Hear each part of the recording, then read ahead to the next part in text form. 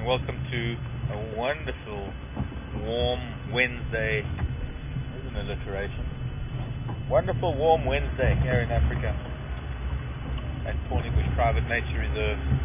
My name is Mark and Becky's on camera and he's in final control. And we're about to set out. I want to go back to where I left off with lion tracks this morning and follow lion tracks. I'm saying follow lion tracks because I don't want to get your hopes up that we're going to see them. I just want to follow their tracks. I want to find out where these bull elephants have gone. There were 4 young bulls that were walking out here today. It's a lovely view up the river. The sky is a little bit smoky today. You can see it's very white rather than blue. And behind us is a huge pall of smoke. There's a bushfire somewhere in one of the reserves to the east of us.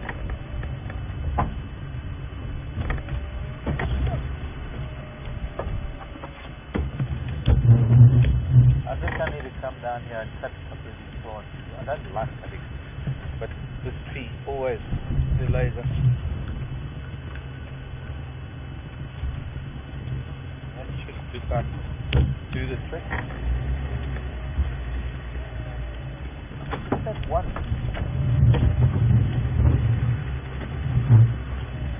we go. So, welcome to Wild Earth and welcome to our afternoon live safari here in Africa. I hope you're going to spend the next couple of hours with us. I hope you're patient too. This is not like a documentary where you see action every 5 minutes. This is riding along on a vehicle where we're actually looking for animals. It's been quite a hot day, and particularly things like the cats, the kind of animals that people want to see. They're going to be sleeping and they're going to be under trees, in the shade somewhere. And they're not likely to be moving around. When I say not likely, it's not that it's given that they're not going to be moving around, because you never know. Cats are opportunists, and they might be sleeping in the shade somewhere, and a kudu or a giraffe or some animal walks by and they suddenly get a rumble in their tummy and they decide that they're hungry and they go off and hunt it. And that isn't possible. But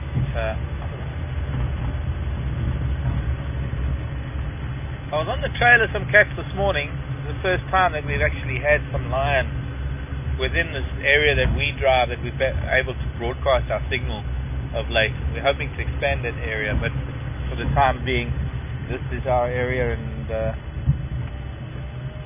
we haven't had them in our area for a while. We've had a lot of elephants of late, and I'm going to perhaps forego the elephant that we've got in the immediate vicinity unless we bump into some, because I want to head back to an area that I was this morning and hope that we're going to be able to find some elephants. Oh, no, I said we missed the elephants. You just think about what I'm saying, but I'm thinking about where I'm driving, so my mouth won't go away with itself. I want to get back to where the lion were, and hopefully we can find out some more details about these lions that were walking around last night, early this morning. I was following their tracks, and well, the elephant will forgive me for now if I'm choosing cats over them.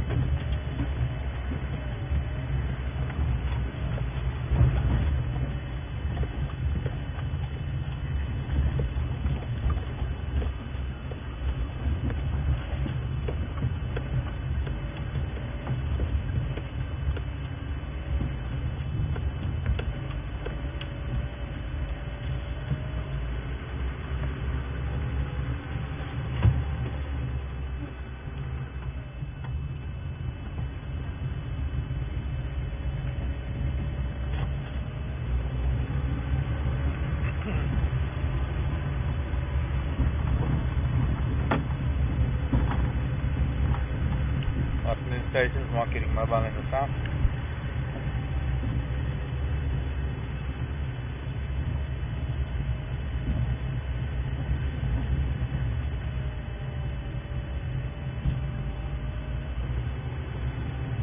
Copy, thanks, Robert. Sorry, Thomas. Thomas, does anybody know about this fire down in the south?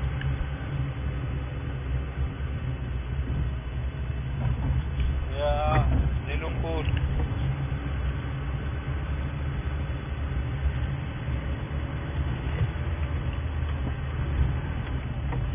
No, it doesn't look like standing. It may be Manyaleti or something, but it's quite big.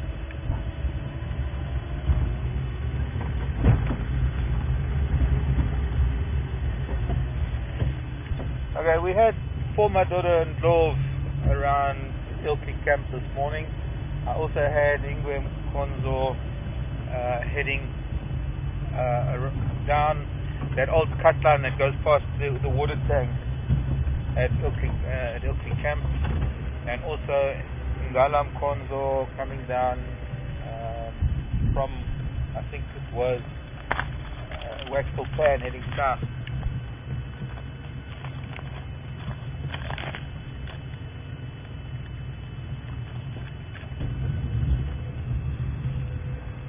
Okay, yeah, doesn't go. I lost them Konzo on Spene.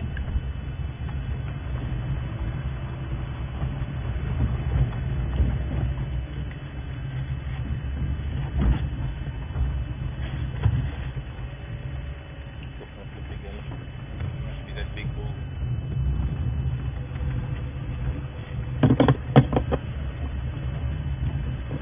Wrong one.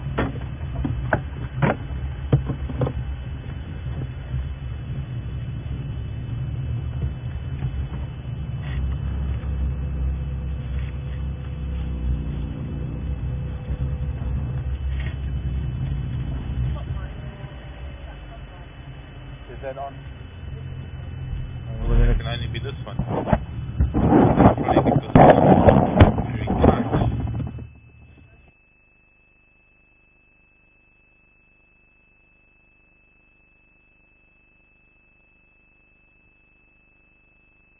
Maybe it's because it's vibrating.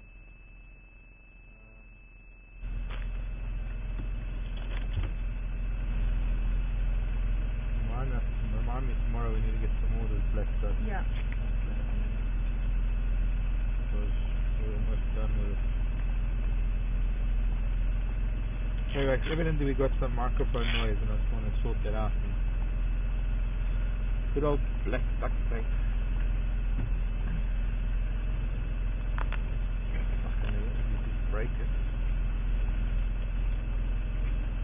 No, it's going to help it. We can try. Tight. Yeah.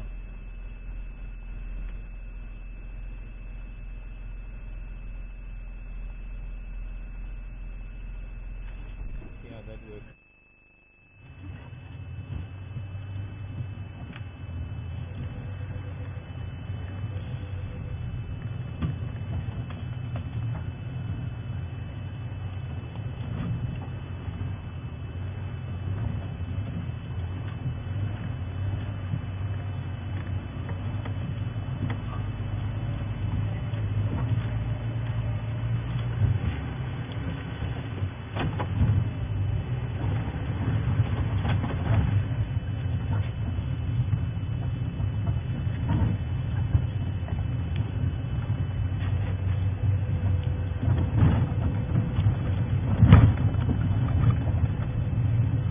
Warm welcome to all our old viewers, our daily viewers, and our special welcome to anybody who's a new viewer. And if you're a new viewer to our afternoon or morning safari, please send me, that's a big fire. Please send me an email, drivequestions@wildearth.tv. Lowercase, one word, drive questions. Be happy to hear from you. And as it implies, send in some questions. Anything regarding or relating to African wildlife, anything that you want to know. And I will try and get to the answer. I will try and answer to the best of my ability. If I don't know, I'll look in my books. If I can't look in my books, I'll ask you all to go to Google. But anyway, I'll go to Google too. Wikipedia. This fire is huge. I mean, extending, some of that smoke extending way off to the west there. The bulk of it is directly behind us.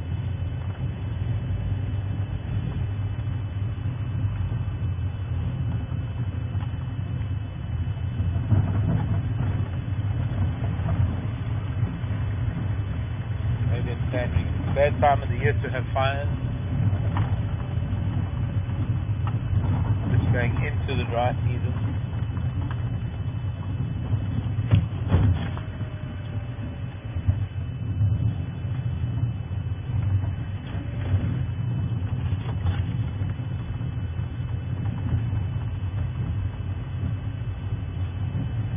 Include where you live in your emails. If you're going to send an email, let me know where you live, not just sort of Canada or Japan, but at least a little bit more specific. It's nice to know some of the more finer details about where you are in the world, which part of the US, which part of England, which part of Europe.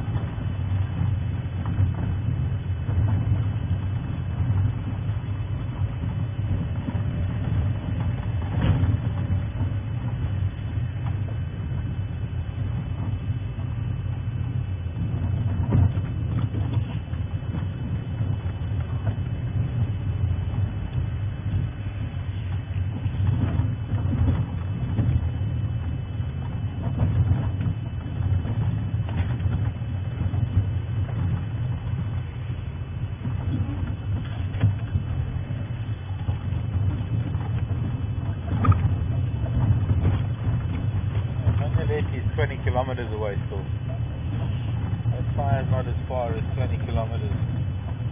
And it's not as far as Kruger. So who knows? Maybe Sandringham. Maybe the rural areas. Burning for grazing for their cattle. Or just a runaway fire. But it is something to take note of, something to monitor, because it's down in the southeast and our prevailing wind is from the southeast, and some of these fires, especially after the kind of seasons we've had for the last few years, the wet seasons, we've had very good rain, the grasses have been growing well, and at the moment the dry combustible material is probably at its best in terms of fire, in terms of combustibility. Even though a lot of stuff is green, the heat that a fire can generate can dry out if there's a wind blowing. At least there's not too much of a breeze, a little bit. But just the heat that a fire can generate can dry out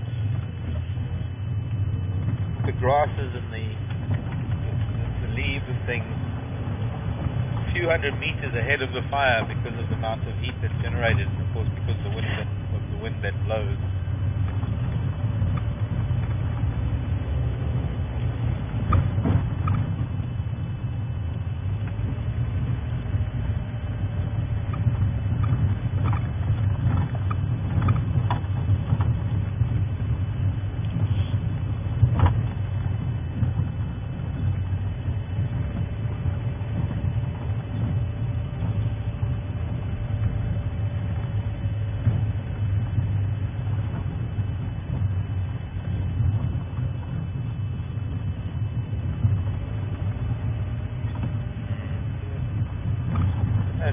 Get that, but we don't have much of an open patch, but there's a pall of smoke that's not really rising. It seems to be spreading out sideways. What that tells me is not a very hot fire, because the heat of a fire, especially with the amount of green around, the heat of a fire tends to push the smoke way up into the stratosphere, and then of course what happens is with all the greenery, the moisture that's in the fire tends to condense, and it creates the appearance of a cumulus cloud. That's not happening. It's more like just a very wide grass fire. So it might be more in the cattle grazing lands of Gazankulu is one of the areas that's outside the reserve.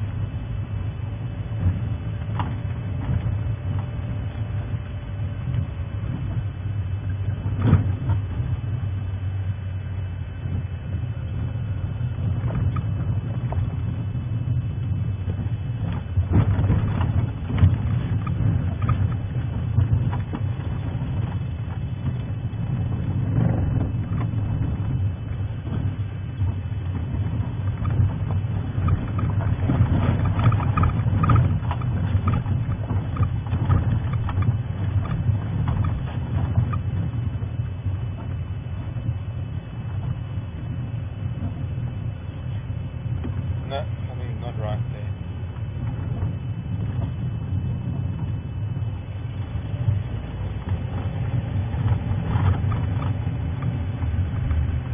That's switching on.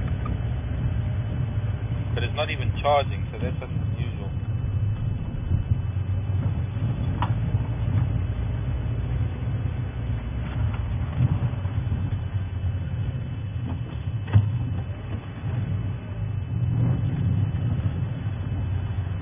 So the good thing is that we drove here this.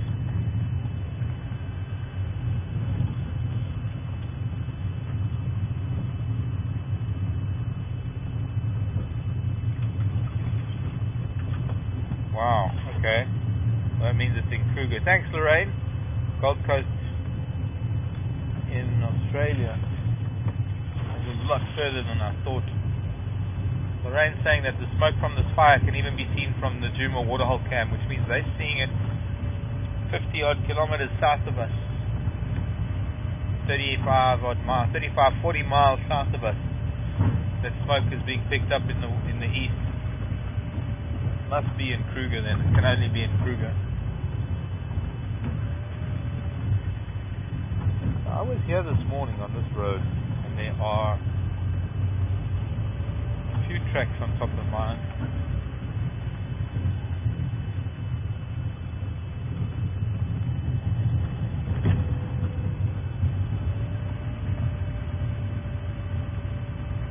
Not much. I'm going back to where I last left those lion tracks this morning. But there might be a few signal issues because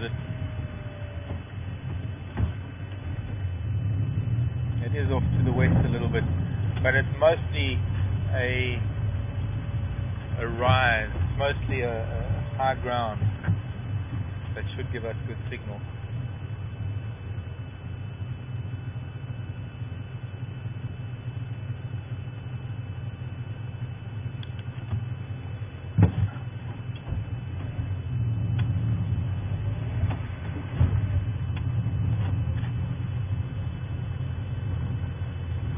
What's puzzling is that the smoke is not rising. There's actually blue sky underneath it, so I'm thinking it's not as much of a big fire as I might have imagined, and that it's merely just the smoke moving across the sky from higher winds high up, or high winds higher up. Higher winds, yeah, you know what I mean.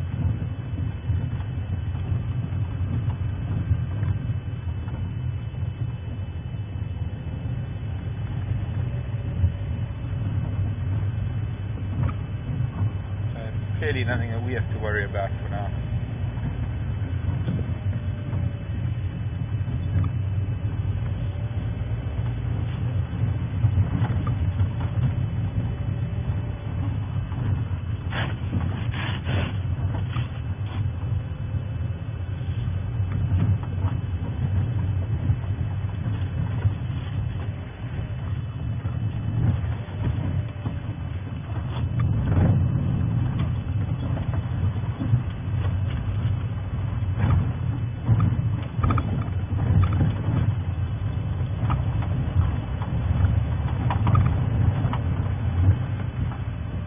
So great driving into the sun in the afternoon, I mean particularly for the camera, but I do have to get to a particular area, and that is west of us.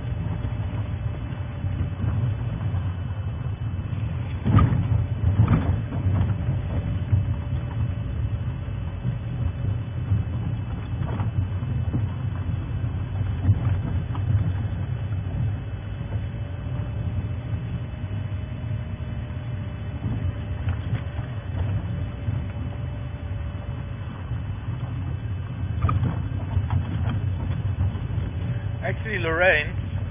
I can smell this fire now. She's still with us, Lorraine in Australia on the Gold Coast. Could you tell me, in relationship to the dam at Djuma, where are you seeing the smoke? Are you seeing it to the north of the dam, or is it directly across from the camera, or is it more to the left from where the camera looks at the dam? Because that'll help me pinpoint, help me triangulate, in fact, because I know where that camera is, and I know that dam, and I know that area, and my guess is that you're actually looking more north into the smoke than you are looking east.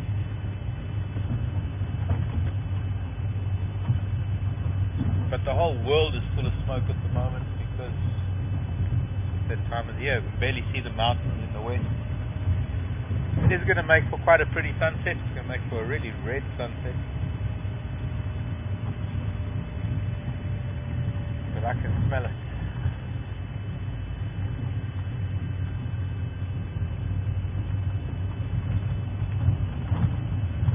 Probably far enough away that the animals don't need to react to it.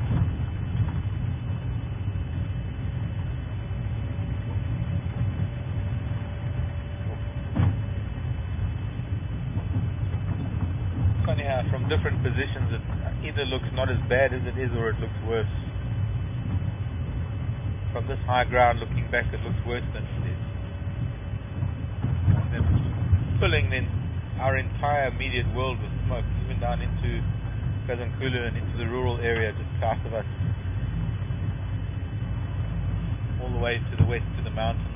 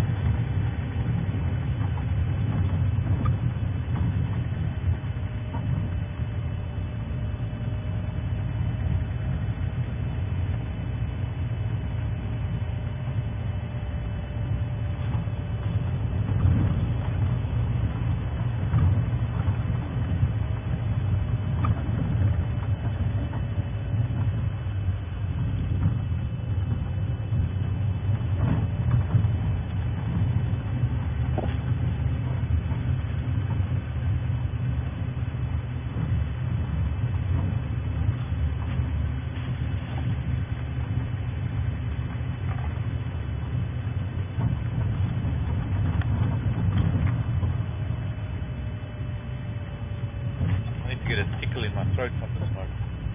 It's so far away.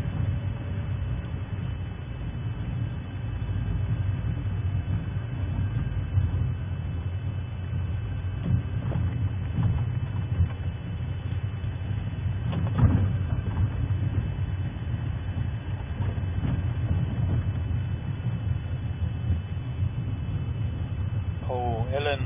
Hello, Ellen in Arkansas. That is such a broad question, and I don't even know how to answer it, but I'm going to just question on. Ellen wants me to talk about lion or leopard behavior that I have witnessed that is so totally unexpected. Well, I mean, it's quite a odd question to talk about something totally unexpected.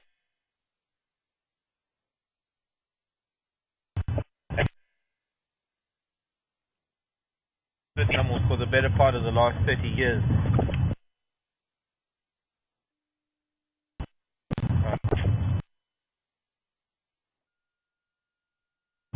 Okay, copy. Wild ID.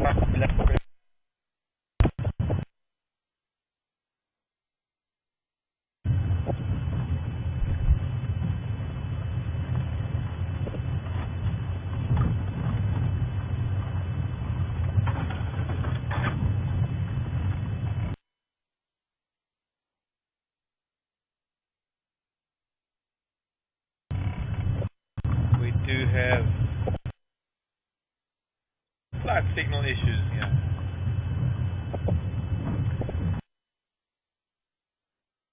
But a very broad question that is almost impossible to answer because I could spend the next week thinking about incidents. But, you know, a question like that, I would have to think back over 40 years of watching, or more, of watching animals. And kind of difficult.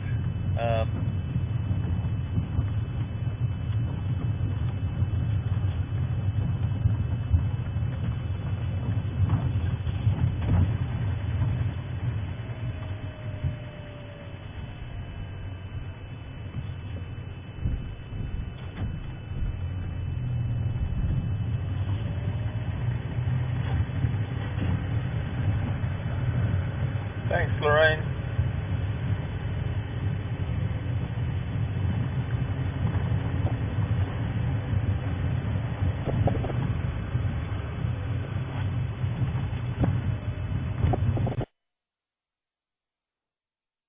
Excuse me for a minute.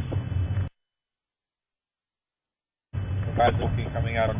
No, hang on, Andy, please. Listening to the other radio. Okay, other radio stopped now. Lorraine's saying she can see the fire looking over the dam wall at Juma. More or less east, I guess, from Juma. Makes it southeast. Well, I'm looking at it southeast from here. So it gives me an idea of the distance that it is away from us. We're quite far away. There's no way this fire is going to reach us. Absolutely no way. There's just far too much between Kruger and us.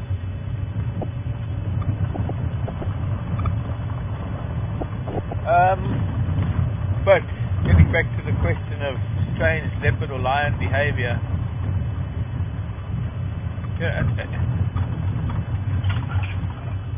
off the top of my head, and it would require some thought to try and sort through 3-4 decades worth of watching animals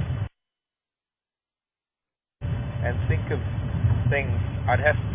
I'd be recalling something every 2 minutes, and I'd start talking to you about something, and then I'd suddenly recall something else. Not that I could think of one particular incident that stands out above the rest, but yes, behavior of animals is one of these things that you are constantly seeing something different. This is the wonderful thing about animal behavior, and the fact that one of the wonderful things about animal behavior is that no matter what book you read, it is never reflective of what animal behavior really is, because very much like our human behavior, there's nothing that is consistent about it. I have those go-away birds shouting. So whatever books have been written about, say, leopard or lion, they haven't even come close to what really happens out in nature. And I think a lot of these authors of these books, they're not really. Oh, gee, we lost terrapins. You can see there were some terrapins on these rocks, the bulls, the geese here at Waxpool Pan. Go back to where we saw. Oh, the 20-odd terrapins further on, and still some more sunning themselves. So maybe trying to catch them. That's not going to be easy to film. Sorry, Becky. Let me go forward because we're looking straight into the sun. At these buffalo, and we've got the reflection of it in the water, so it's doubly bright. Gosh, look at these terrapins. Must be dozens of them. Unfortunately, they're all slipping into the water. There's one. So I just lean over to the side. Hello, buffalo bulls.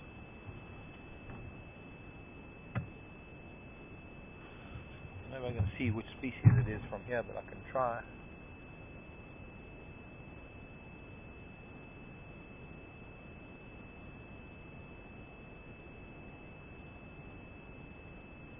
I think that's the serrated hinge. Looks like it has serrations on its carapace.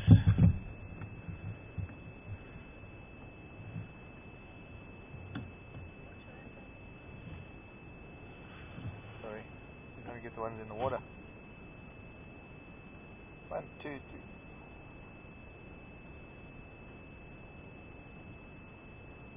I can count probably close to 20 in the water.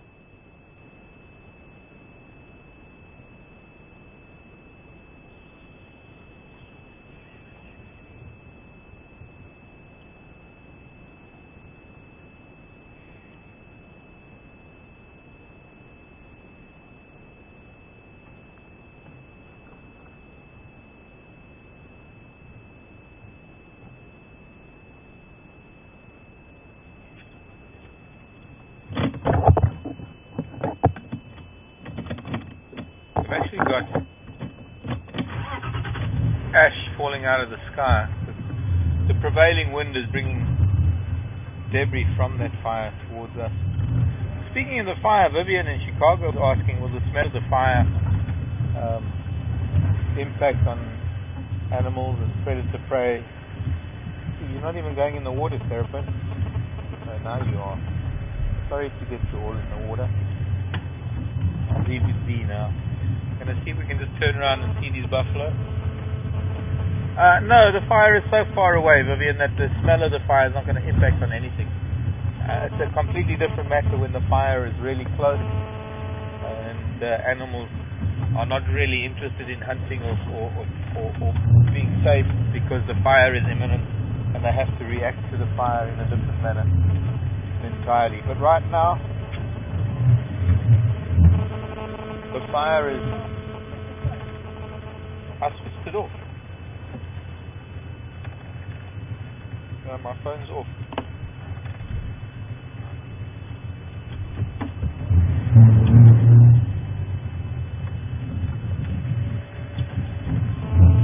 It's actually, oh, shame. I think I just chased the geese. Sorry, geese. And I think it was more the oxpeckers that were complaining that chased the geese. But this fire is very, very far away, and there's just a hint of a smell. I'm still going to smell the smells of the bush with an overlay of fire smell in the distance.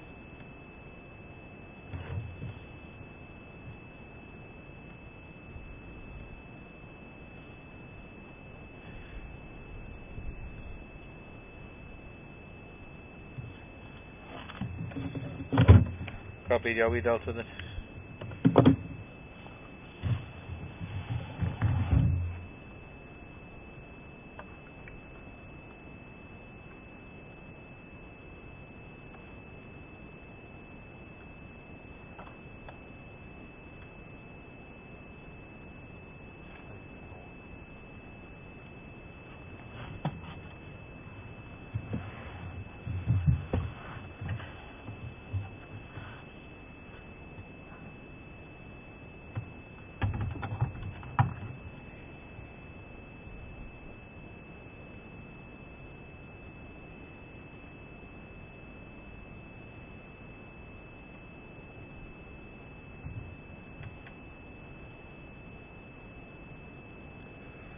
Two old buffalo bulls that we call Duggar boys.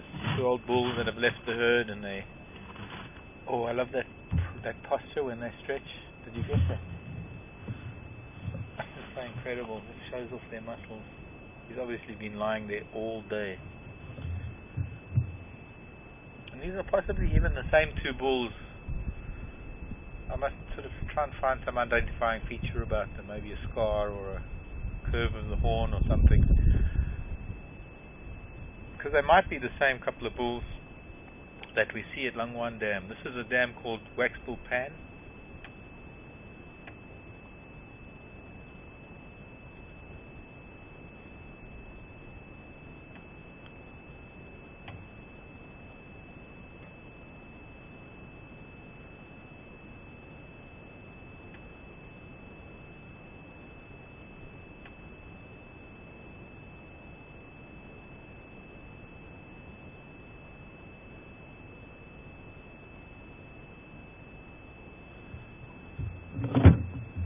Sorry, I don't understand that. Go again.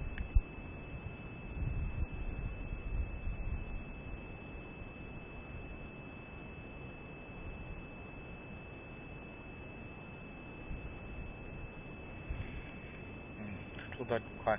I guess could be referring to Baluli.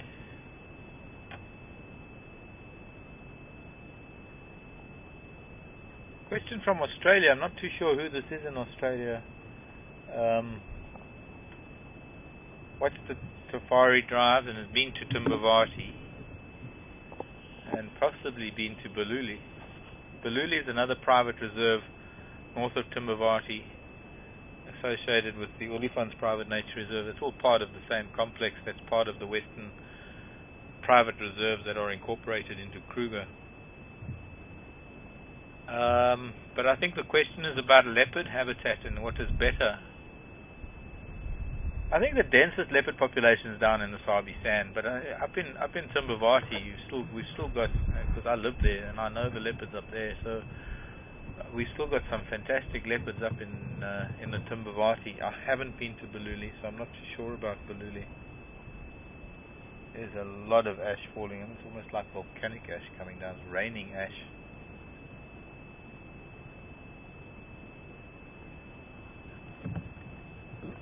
Falling on, there's one on my finger.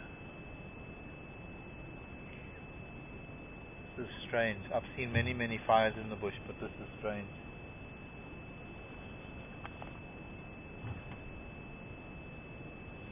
Okay, I want to go follow lion tracks.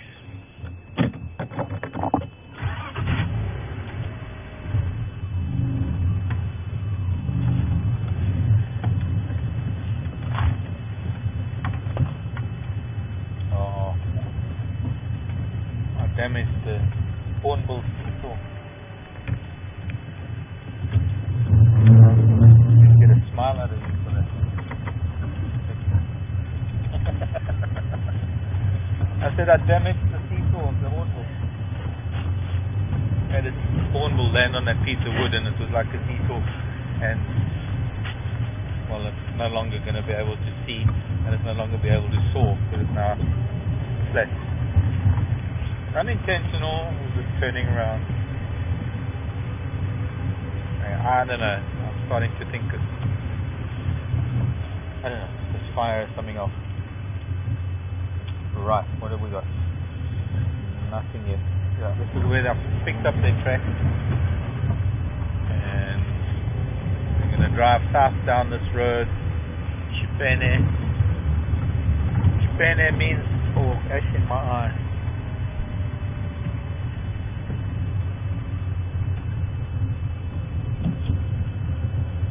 Chipene means steenbok.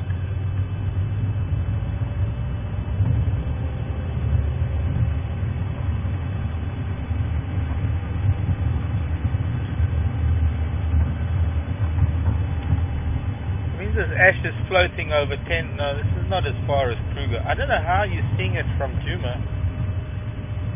I would have imagined that it was more north of Djuma rather than east of Djuma. But I think this fire is a lot closer. I don't think it's even as far as Manyaleti. Here we are. If we stop here, I can show you.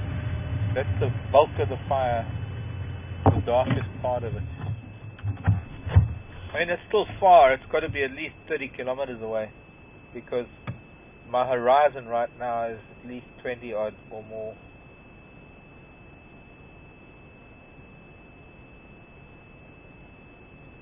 There is a big fire, and it looks like it's been going for a while. We didn't pick it up from camp because we're so low under a tree canopy we couldn't really see it, but as soon as I drove out of camp, I think the darkest patch of smoke is probably the center of this fire. But Africa burns every year. From now until the end of the dry season, vast areas in Africa burn. If you had to fly over Africa from, say, Kenya to South Africa, you'd just see fires and fires and fires. And there is no such thing as firefighting planes or smoke jumpers, or there's none of that exists in Africa. When fires burn, they can only burn until they burn out of control. And there's no way of stopping them. Vast areas. Ash from this fire is coming down out of the sky like rain.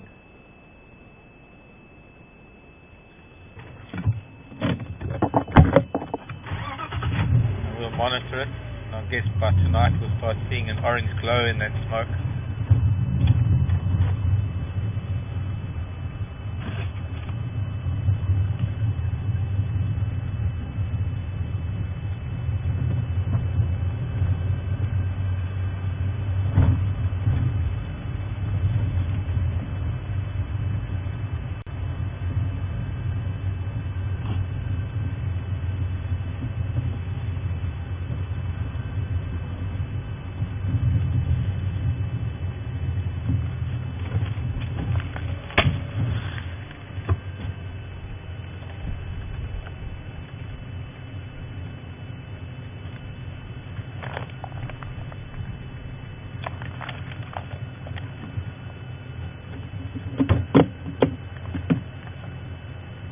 Thomas, come in. Thomas Walker, confirm you got that in Gala?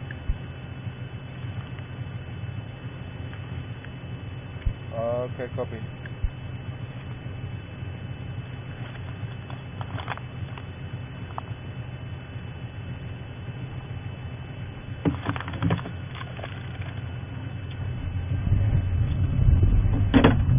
Is that Thornybush in Slumby?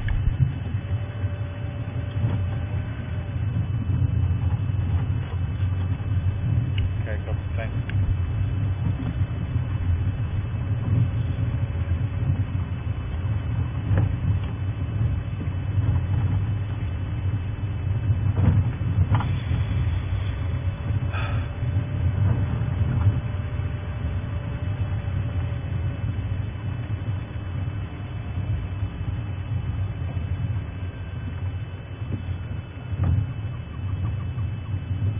Okay, copy, thanks.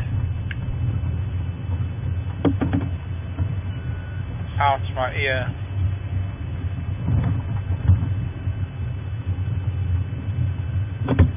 Sorry, Andy, I had to turn you down. I was on the other radio. Go with that again, please.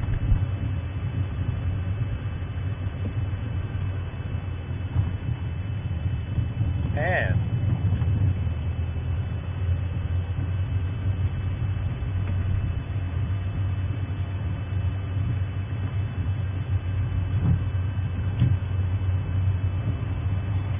okay, thanks. Hi, Anne. Pennsylvania.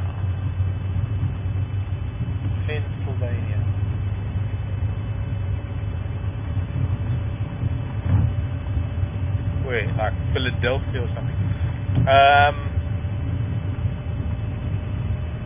Anne was asking if there is a fire within and it comes into a closed reserve, are there plans to open fences so that the animals could get out? And it's a big enough reserve that a fire wouldn't really burn the entire reserve. There are also fire breaks. There are also firefighting plans. If the fire started coming close, what one would do is one would go to the eastern boundary, because if we're coming in from the southeast, and one would start the backburn just out. There is a buffer zone as well, just outside the reserve, and one would start a backburn. There are other plans in place that would negate the need to open the fences to let animals escape should the fire get in. But even if the fire did come in, we've got things like the Timbavati River would be a fire break. Some of the roads act as fire breaks, and there are enough people within Thornybush to act as a firefighting team to be able to. Sorry.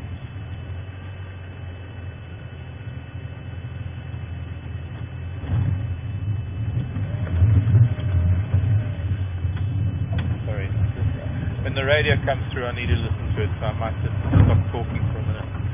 But all this talking and looking at the fire, I kind of neglected to watch where these lion tracks have been. But the methods that one engages in to fight these fires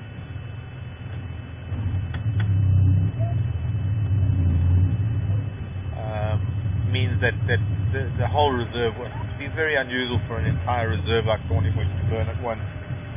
So it wouldn't need to open up fencing. But yes, I guess worst case scenario, that would have to happen. Yeah, my tracks from this morning. There have been so many vehicles here since this morning. But I'd be lucky to find just a single toe.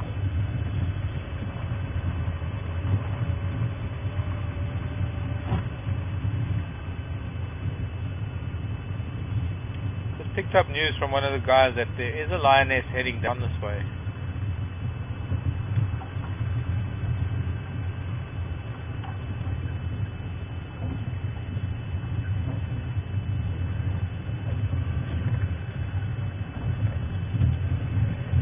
That's interesting. Hi, Deanna. Saying, with the fire out there, am I worried about my home?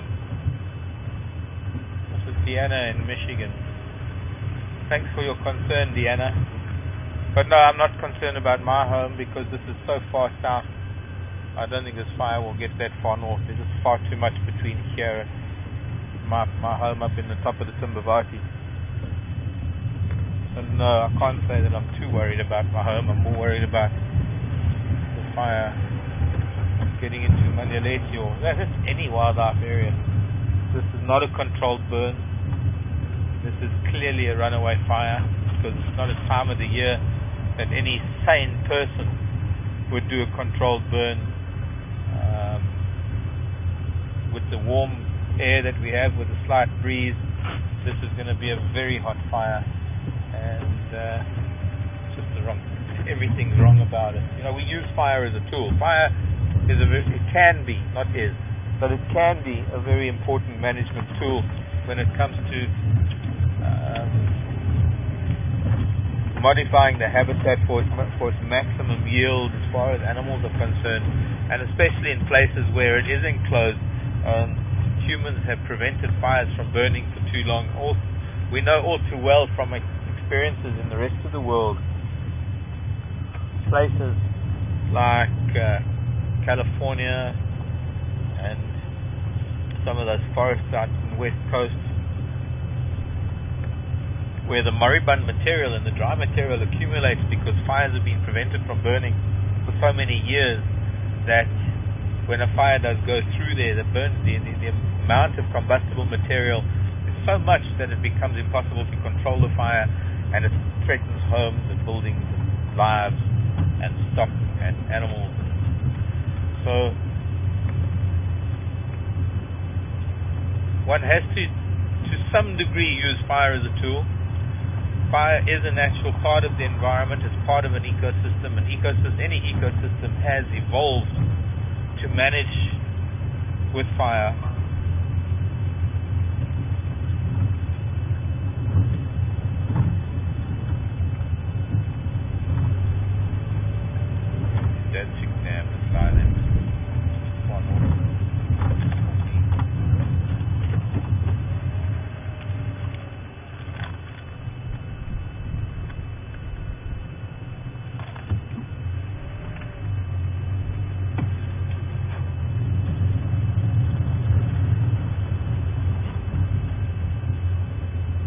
The mother of those cubs.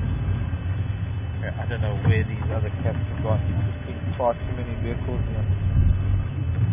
Honey badger tracks.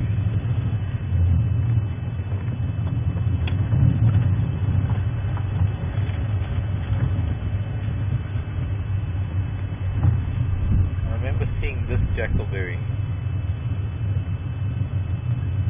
who have been conflict.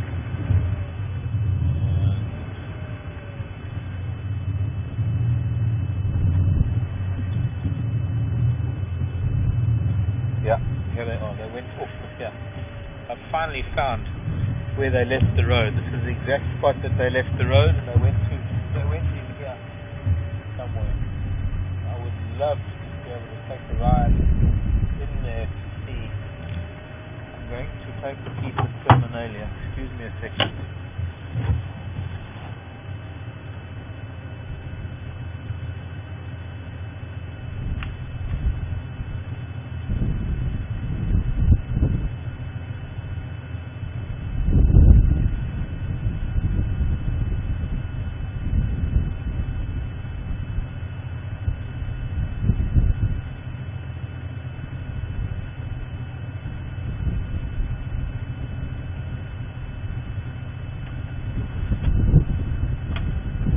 Wind is picking up as well, and this is not good. A warm afternoon and the wind picking up like this is not good for firefighting.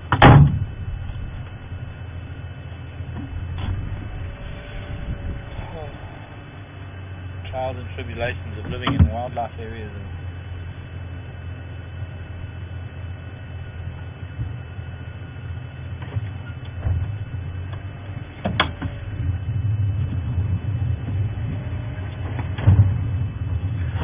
Might have to just go and visit with some elephants if I can get a signal up at Nkonkapan, which is just up from Longwan Dam.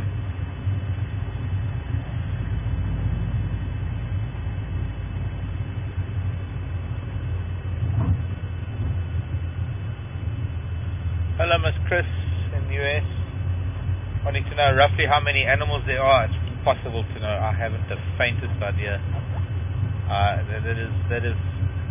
It's a huge wildlife area, and you can see the density of the bush. I haven't the faintest idea how many animals there could be. But I was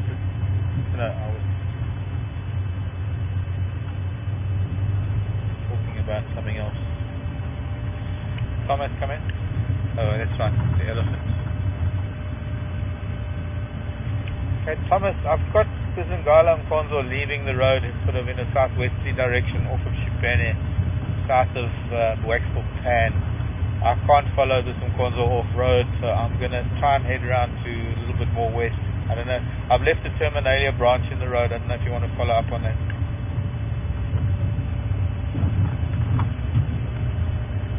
Well, it was Mkonzo that I was following this morning that came down from the north, and I had to leave it because I had to go back to camp.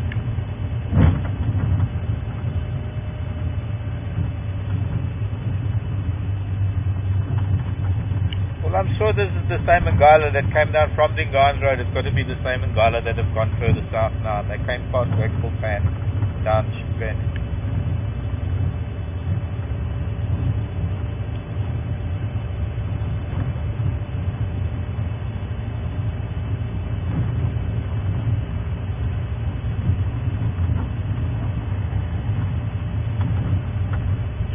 Okay, lovely, thanks. Not thick.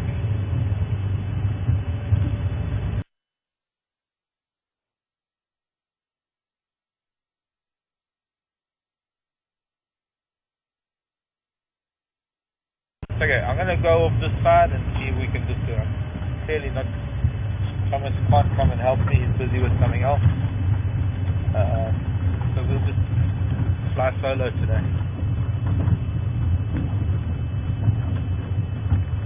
As I do. So I was saying that our local elephant that have been around camp are as far north as a dam called Konkapan, which is up north of Langwan Dam, a dam that we have spent a lot of time at. It's one of the dams that we visit quite a lot. And, well, just north of that is our group of elephants that is right on the edge of our signal area. And if I don't pick up anything on these cats, we will go that way. But while I've got light, and while I don't have any vehicles, too many vehicles driving around on these roads, especially this road, I've got tracks on this road of animals that are nocturnal animals without fresh vehicle tracks driving. There's hyena, there's honey badger. None of the other vehicles have driven these roads. It's just that road that I just came off of that had a lot of vehicle tracks on that obliterated the lion tracks. But I was lucky enough to find where these lion tracks left the road, and they've kind of come in southwest, just south of us. So they're in this block unless, when I get to the next north-south road, unless I find tracks on that road. But we're going to try and see, try my best to do some tracking here. If we go out of signal range, I'm going to just have to leave them, and then we'll go back and see if we can pick up these elephants, because they're going to be heading to a dam pretty soon to do some drinking. Late afternoon, it's been a hot day. I'm sure they're going to want some water, or at least have a bathe.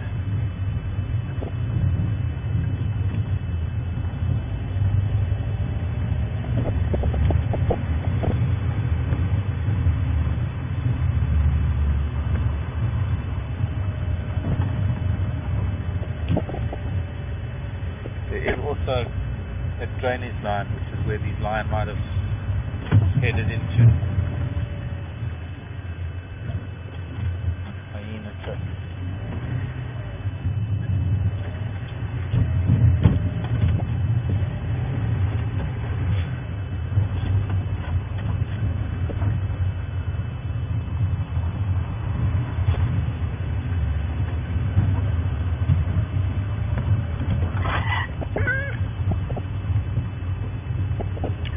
Also, two dogger boys working.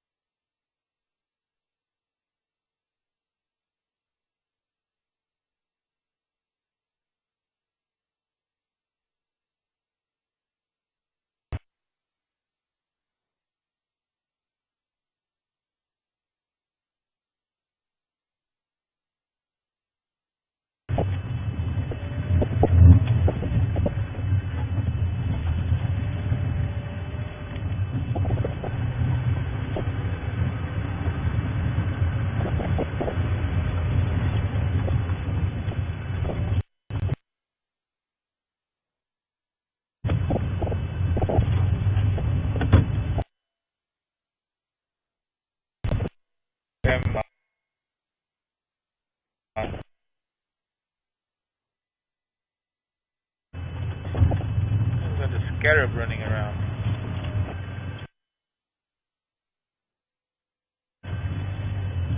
I think it's the same one that was headed 2 weeks ago. Yeah, it's a beautiful one. I love these.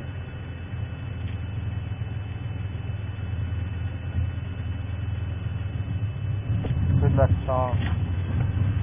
On his last leg. Not going to survive another night.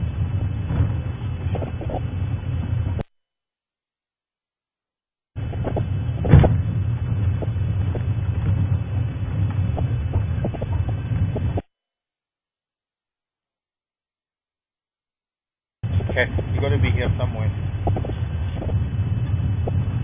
Hopefully, just as we get back into signal range, we'll find some cats. Look at all this khaki bush and blackjack. Definitely been cattle here in the past. Hi everyone, you're back again. Or we're back again.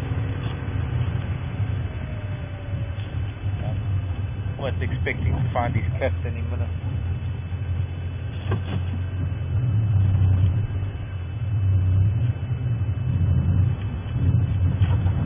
But that's just my optimism and faith in the universe. I'm on a road that's somewhat parallel to the road that they left on. Just to the northwest, northeast of us. And they were coming southwest towards this road. And so far I haven't picked up any tracks of theirs coming onto or crossing this road.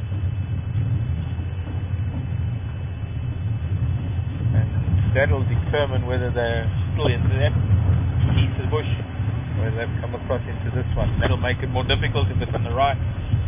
So somewhere in the left, well, it's still difficult, but it's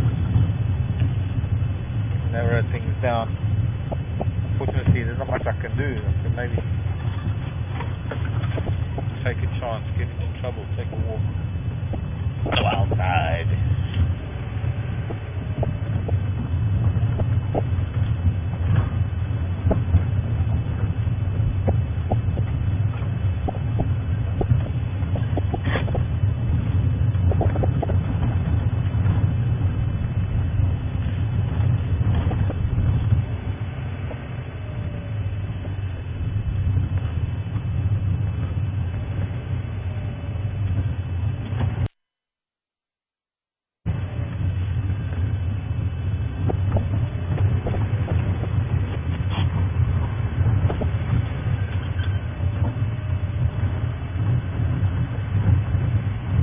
Really going to be sleeping in long grass like this. As far as I'm concerned, they're going to find some fairly short grass areas, maybe even open sand.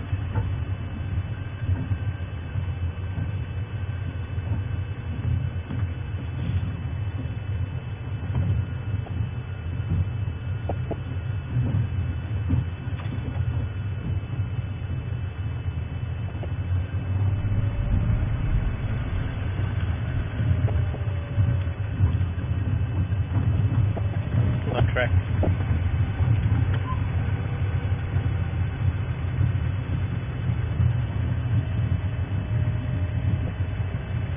Here, kitty.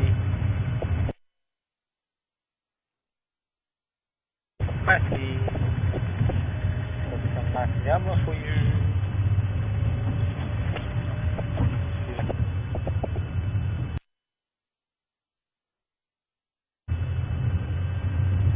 I'll give you my left leg.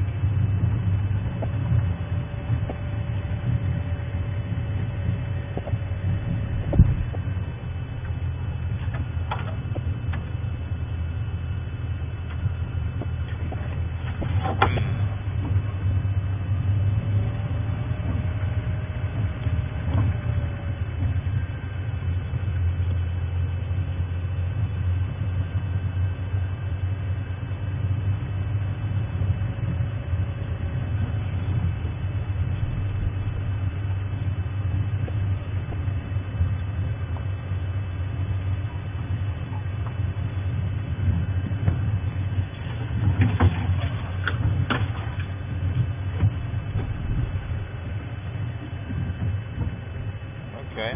Thanks, Lorraine. sky is dissipating. We're getting blue skies. Lorraine's saying that Juma just announced on the Dew page that it is a controlled burn.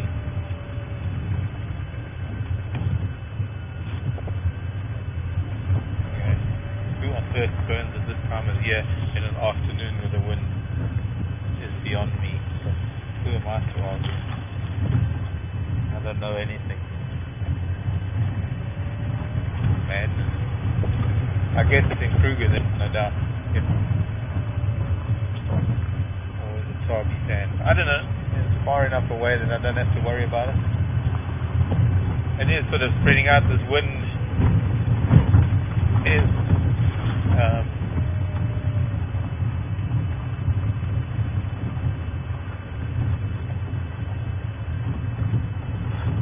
is spreading the smoke around. There's blue sky coming through it. So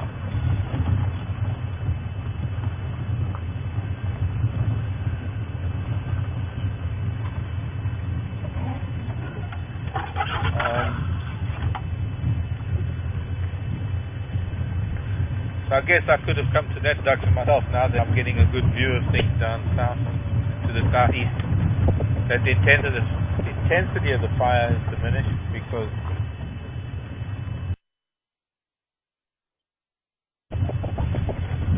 we're not seeing that huge pall of smoke anymore, which means that it is controlled.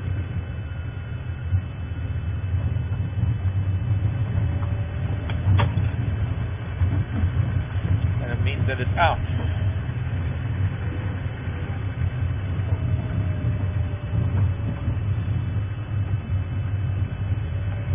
The brown smoke does give more of an indication that it's being fought and that it's smouldering rather than the white smoke. The white smoke has got a lot of steam in it, and that's what you see when there's a lot of green stuff burning from the heat of the fire. And it's the white smoke that rises that has all the moisture in it that condenses and creates the equivalent of a cumulus cloud up in the sky.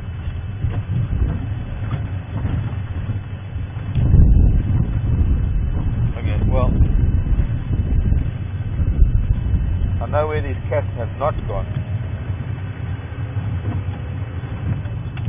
So I've done an almost entire loop around this particular piece of bush where they've left this road. Haven't come out on any of the other roads that I've driven on. So they're somewhere in this big block, and I can't just go driving in there looking for them. Must be a block of maybe 100 acres or so. Easily 100 acres or more.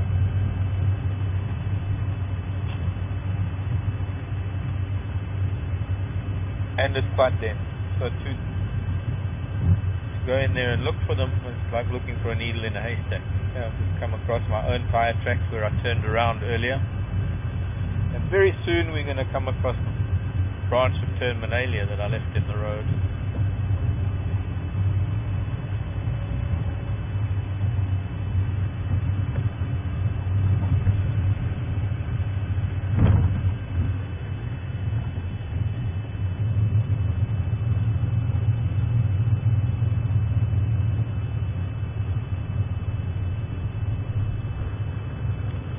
Cavalier in Sydney. Who's Cavalier? Quite cavalier about. Cavalier in Sydney wants to know what lodge it is that we work out of. We don't work out of a lodge. We work out of a property known as Ilkley. It's a private property. They don't have a lodge on that property. It's not really a commercial lodge. It's more of a corporate lodge. It's not the kind of lodge that is open to guests and kind of lodge that has full-time staff. But we're not operating out of that lodge. We're operating off of the property, and it's just a private property, part of Thornybush. And Cavalier also wants to know what time of the year it is that is the best time to see leopards. 365 days of the year is a good time to see leopards. Obviously, different times of the year you have greater chance because at the end of the dry season, the grasses are a little bit flatter. mean, right now, if there was a leopard walking through this grass, I wouldn't even know about it, unless it frightened an animal or a bird and I heard alarm calls. But the grasses are very, very long now. But leopard are very territorial, and leopards don't ever leave their territory, and they're constantly moving in their territory. So it's all a matter of being in the right place at the right time. So even now, at this time of the year, there have been some really good leopard sightings.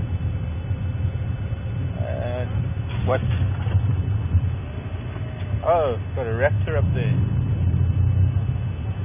Yeah, we'll see if we can get up ahead of it. The raptor that's following lion tracks as well. Only kidding. See if I can work it out from its silhouette. It's an eagle. See that? Looking directly. I'm looking into the sun at this bird. Looks like it could be a juvenile bateleur. We'll see when I get past it. So it looks like it might have been eating something. Looks like it might have a full crop. No, not really a bateleur, that's for sure.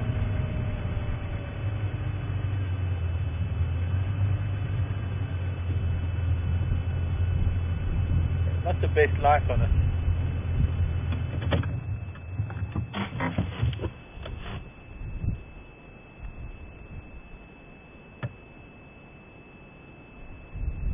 Tawny eagle. Aquila rapax.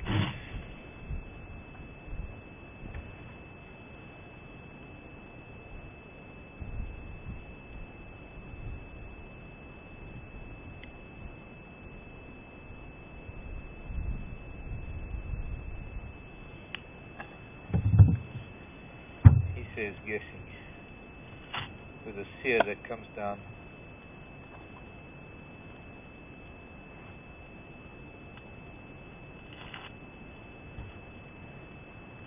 Hello, Sue. Have I seen any pangolin at Thornybush? No. I've seen maybe 3 pangolin in 50 years. Pangolin is not something one sees very easily, Sue. So I didn't even see a pangolin in the 3 years that I spent at Djuma. And in all my life at home, I've seen 2 pangolin from home. So pangolin is not something you see on a regular basis. You don't come to Africa expecting to see a pangolin, I promise you. Pangolin is one of those things that if you're really, really lucky, you might see a pangolin. Of course, there are people that have come to Africa and they see a pangolin on their first visit.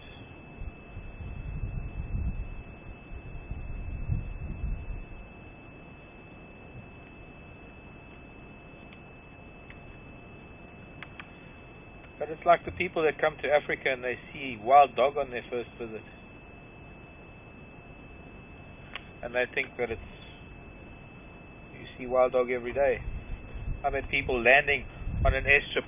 After landing in Dar es Salaam on a BA flight at 6 o'clock in the morning, they get onto a little Cessna 206 or the equivalent, and they fly into the Salou, and they get off the plane after the plane has been doing circuits and bumps for a while we've been trying to get the wild dog off of the airstrip, and they land and the wild dog are right there, standing there 50 yards away, looking at them, boarding the vehicle and getting their luggage off of the plane. And they don't even take photographs because they think they're going to be as common as impala. And it's the only time that we see wild dog for 6 months or something, maybe not that long. But viewing animals in Africa in this environment, in their wild environment, is very much a hit and miss thing. Because you really have to be in the right place at the right time. The animals are all here, and a lot of them, you can't go and look for a specific species. You have to be lucky to find signs of them and maybe follow signs, and even then maybe be lucky to follow like the tracks I've been following. I know these lions are here. They left the road only a few yards behind us. The fact that a tawny eagle is sitting here just maybe confirms the fact, because a tawny eagle is also a scavenger. It's not only a hunter. It'd be really nice to see it from the other side with the sun on it. And it's quite possible that these cats have made a kill and the tawny is sitting here, because somewhere in here there's some lion on a kill. If I knew where they were, if I could see them, I could drive off-road. But I can't just drive off-road willy-nilly and expect that I'm going to find lion, because it's very, very thick. And unfortunately, it's just going to cause too much damage just to go and hope to find them. So it's one of those days when unfortunately I have to give up on my tracking skills. I followed the tracks as far as I could this morning, came back to them this afternoon to a point where they have left the road, and I managed to find that. And well, they're not next to the road, we don't see them.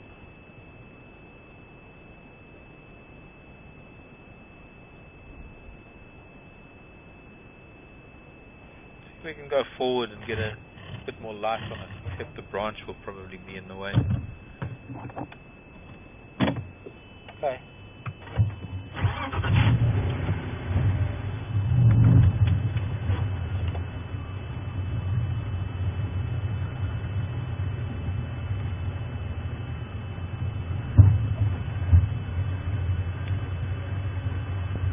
No, I'd have to turn the car. But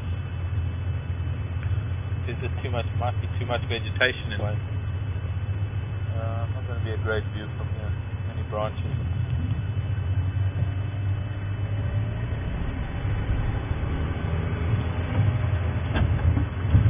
Well, what we can do is we come back tomorrow morning and we pick up on the tracks tomorrow morning. We do another loop tomorrow morning and see where they might come out. If they don't come out, then we know there is a kill, and there might be other signs pointing us in the right direction. So, for now, we just head back north. Hope we can stay in signal area.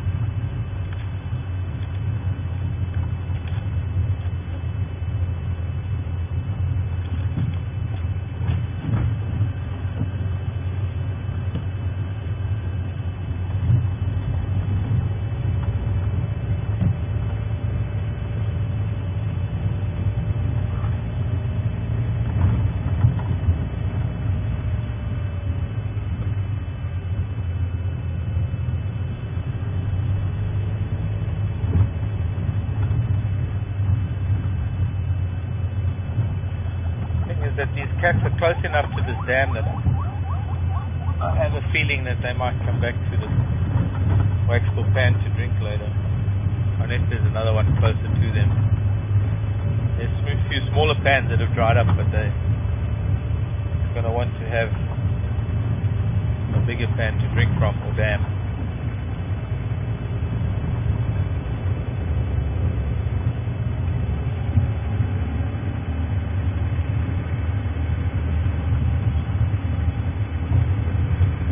No more heat coming from this fire because the smoke has flattened out. There's no more heat driving the smoke up. Probably just smoldering now in places.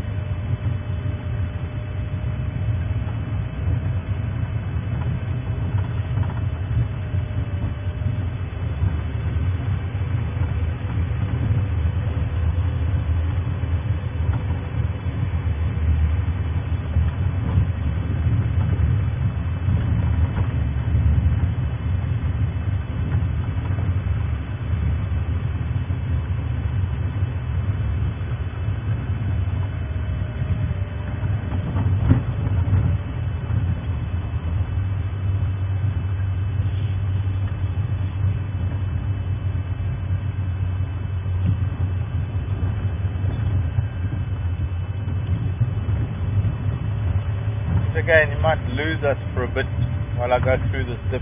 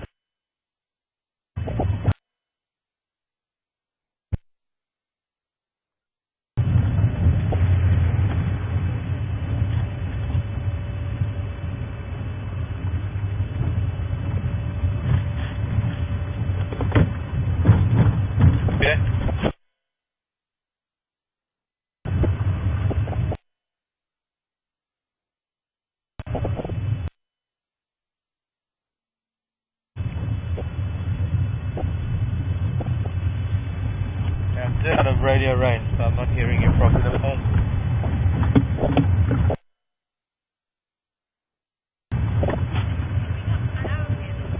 No, because it's rain. I think I'm too much. I could put it a bit louder, but there's so much to it.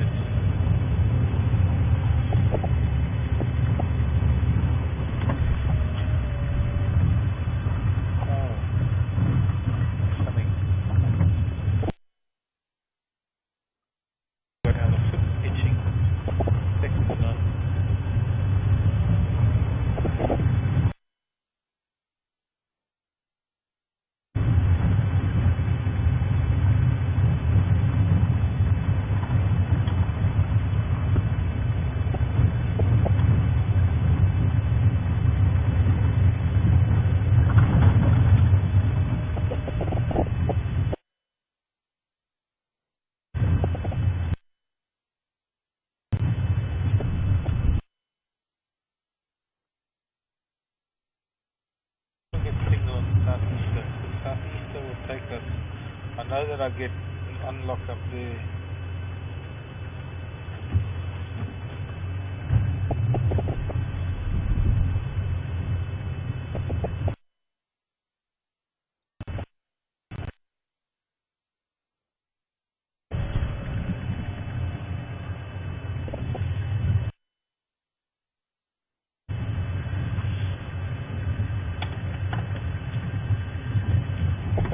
Okay, copy that time. It's probably going to, I know that this next will be unlocked.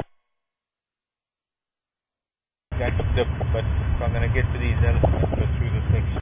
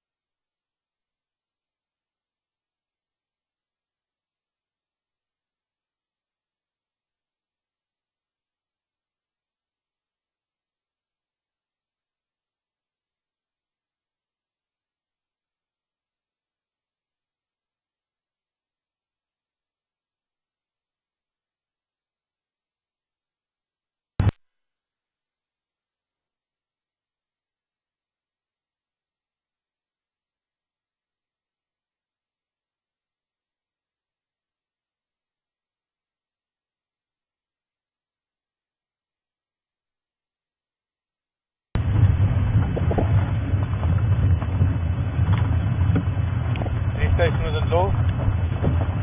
Copy, did I go?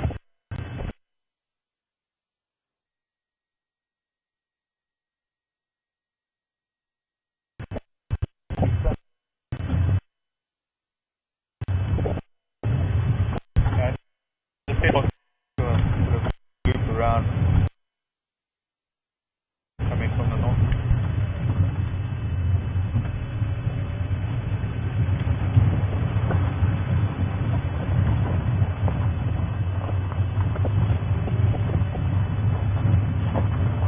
Yeah, copy, will do that. Welcome back, everyone. To get from one part to another where there are things happening, I had to go through a signal patch, or signal shadow rather. To the east of us are our friends, the elephants. I'm going to make my way around there to see them.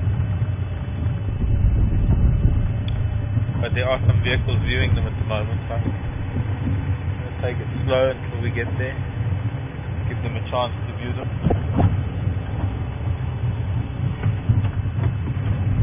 Moved quite far from camp, considering they were close to camp last night. And there are actually 4 young bulls that are hanging around camp at the moment that I'm sure are tailing the herd and catching up with them slowly.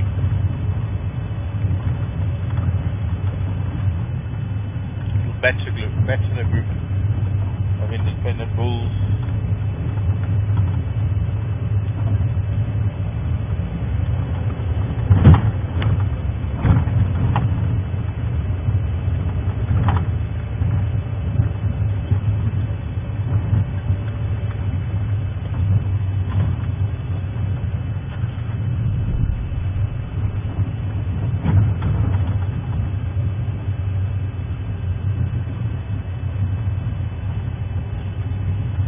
Hello, Bev in Australia.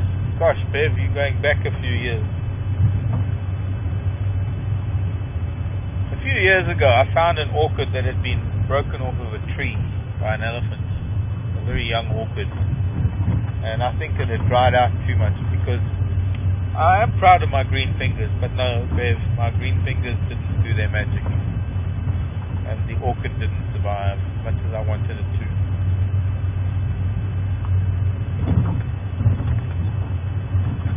Sadly.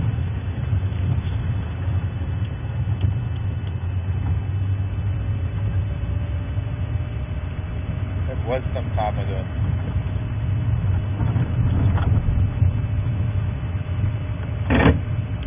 Copy, thanks. Still on Southeast, I'm on my way now.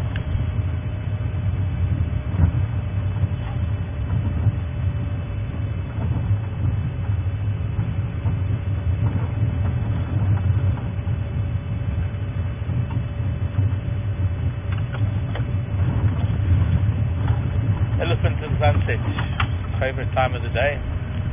Favorite pastime. Favorite thing to do this time of day. It's like a bushveld pipit. Hopefully we're still going to have signal here.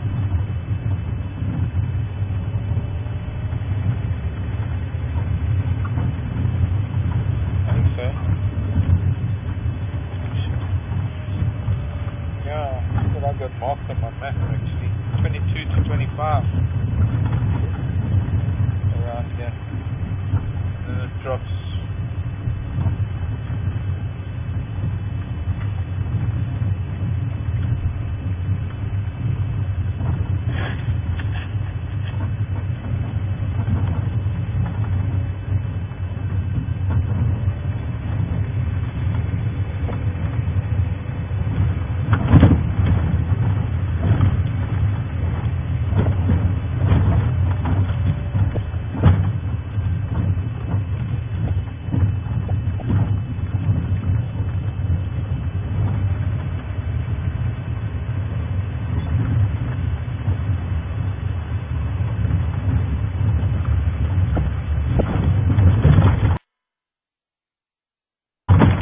Sorry, Becky.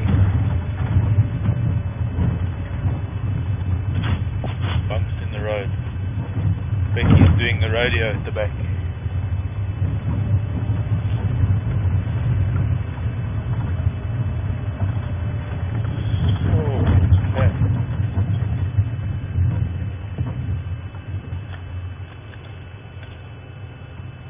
What? I'm waiting for you, dude.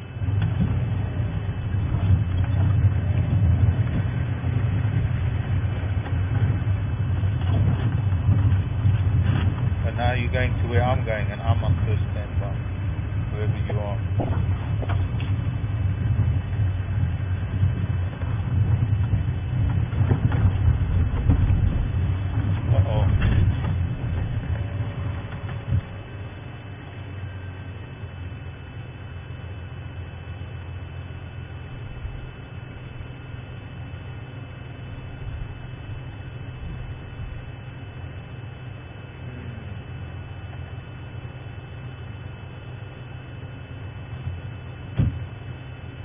thought I was invited to the sighting, but now there's too many vehicles here. There's our Ellies.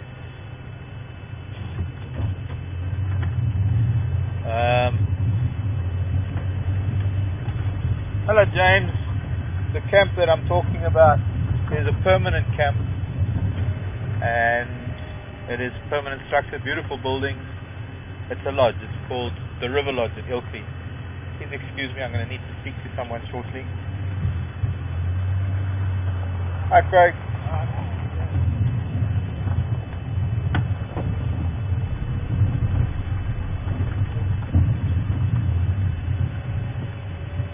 Which station was endorsed?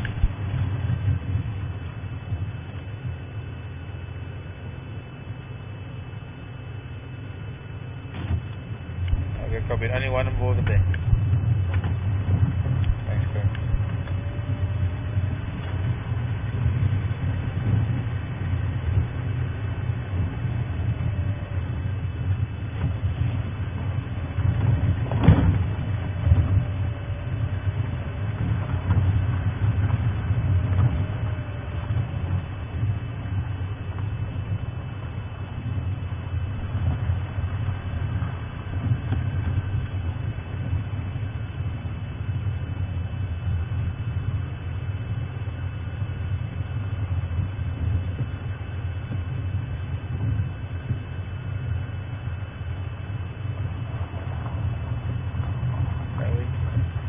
One drawback is quite a tight area where these alleys are. There's my friend Lucas, used to be a Juma, sitting on front of that vehicle. And I guess we're just going to have to wait for a bit.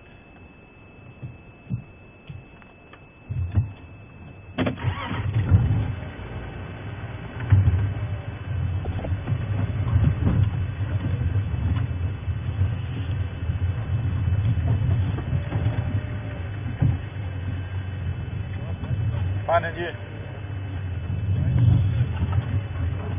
Thanks.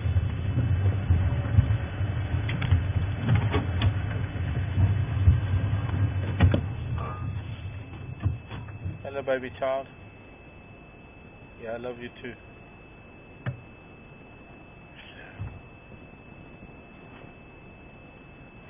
I left it in Gala, in Konzo, on Shipene. Hey, Lucas. How are you, my friend? Good thing. But, yeah, just south of Waxpool. Going west. I left at Terminalia branch where they went in. There's a tawny eagle sitting in a tree there. I couldn't go off-road to find them, but I'm sure they're there. I did a big loop to look, and there's nothing coming out any of the other roads.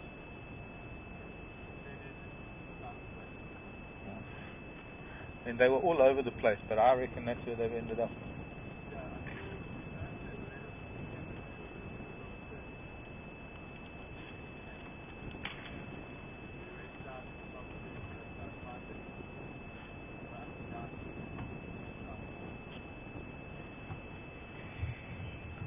Don't mind the radio. Also, Milo, getting cheeky. That's Flo, there's Flo. Yeah. She's just pushing the other youngsters away from what she wants to eat. Ingwe down south, I had all of their tracks going into Alberta Pan, Riverside, between Alberta Pan and the river. There were two Makoti there this morning. Also, same story, I couldn't get in there to go and look for them, but I'm sure they made a kill there. And the big male, or the older male, went straight down that cut line past those water tanks heading west. Yeah, he's gone to Thornybush Forest.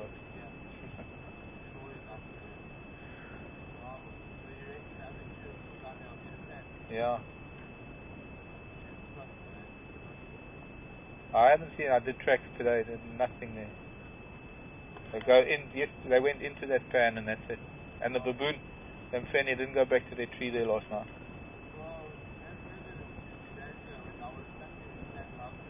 Yeah. That's when I think they made a kill.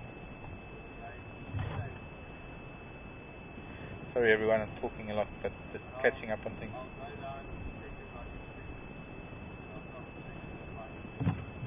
Cool. If I don't find it first.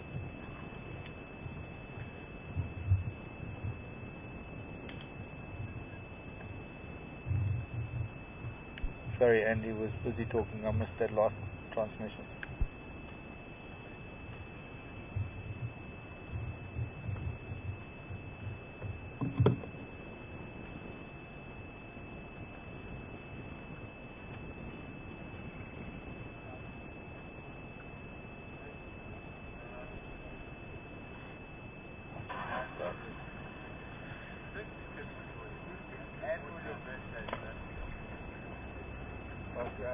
Okay, bye.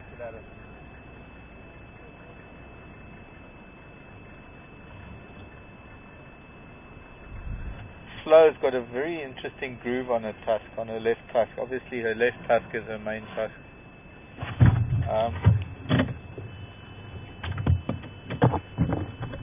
Bye. Moving. Bye.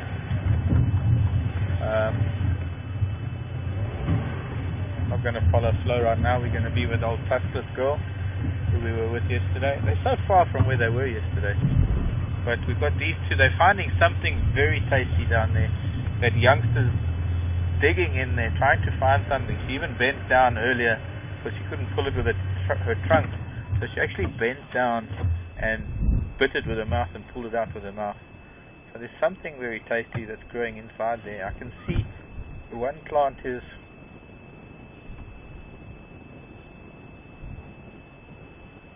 spike thorn, mostly spike thorn.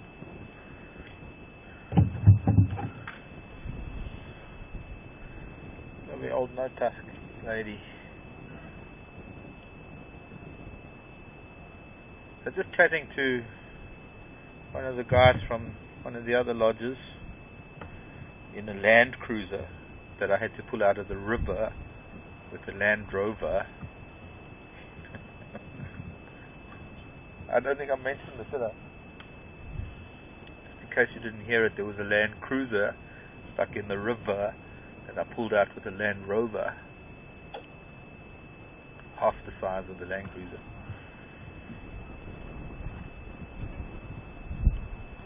I'm going to milk that one. Gotta. Actually, I should have put a posting on my Facebook. I must, for my brother's benefit, who drives the Land Cruiser.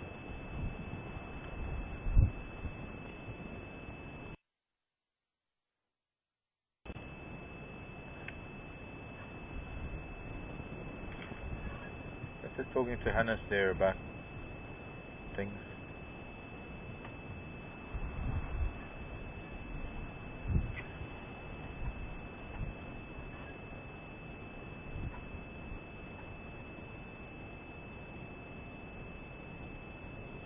Hello, Deanna.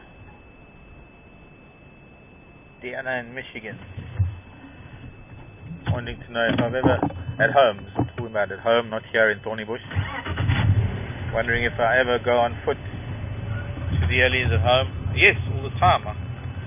I don't really get many family groups like this at home. Look at that, there's an FNB tree. It's a beautiful shaped tree. I hope you're not going to damage it too much, tuskless girl. Yes, I do. When I'm barefoot, I can be very, very quiet. And there are some Ellie bulls that come around that know me. And no, it's not a no-no. It's my own discretion and, of course, entirely at my own risk. These elephants are only a few yards away from Langwan Dam. Langwan Dam is just at the bottom here. There's that big jackalberry that's just west of the dam. But they're clearly not going to the dam. They're going further west. And I'm going to go around back to the road we came from because they're all making their way through this bush. And they're going to come out there now. Soon. Onto that other road.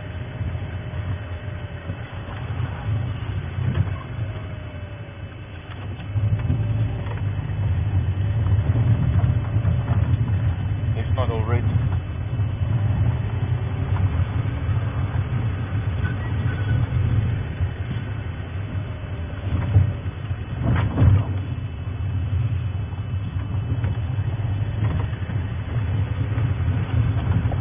The other question that I haven't addressed yet, a bit of an odd question, or not so odd. Andy will remind me who that came from. A question about the bachelor herd, and also I'm not too sure which animals are being referred to. So whether the elephants ever play out and display any homosexual behavior. Maybe it can be interpreted as such.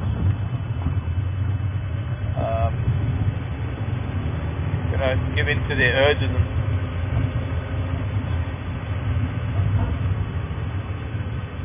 I have to be honest, I haven't known it to happen. Often the presence of larger bulls, or the fact that bigger bulls are dominating, tend to suppress those urges in the younger males, because if the younger males start showing those tendencies, their testosterone levels start getting a little bit high, and they start showing interest. They're just too young and too small, and they'll really get beat up by the older bulls. So nature's made it that the younger animals tend to the presence of bigger bulls tend to suppress those urges in the younger males. And here they're already crossing this road.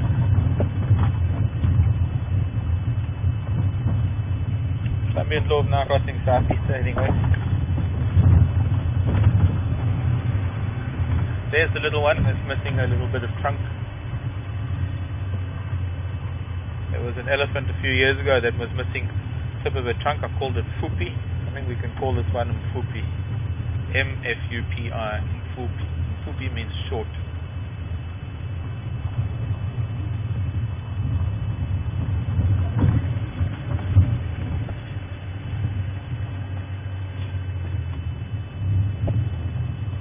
There goes Flo, the matriarch. See her floppy ear from the back there.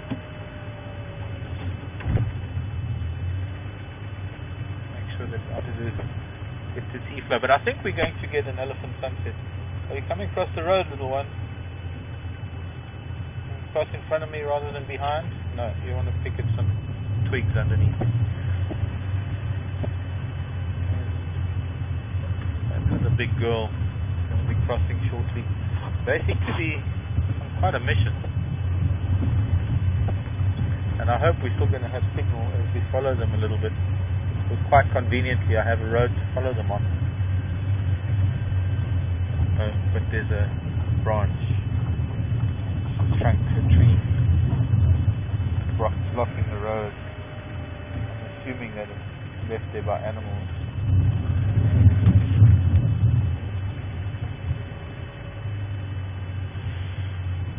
Early sunset.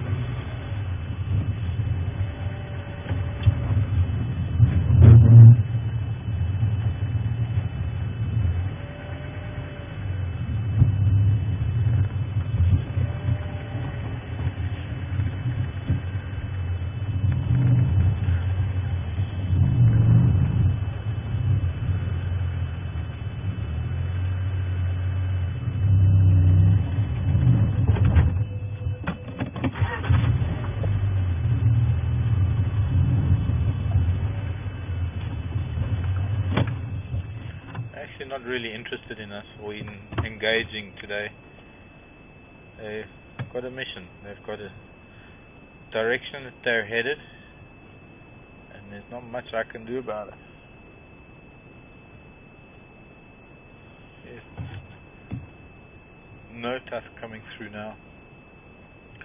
The big bull that we've called Kokwan is here somewhere too.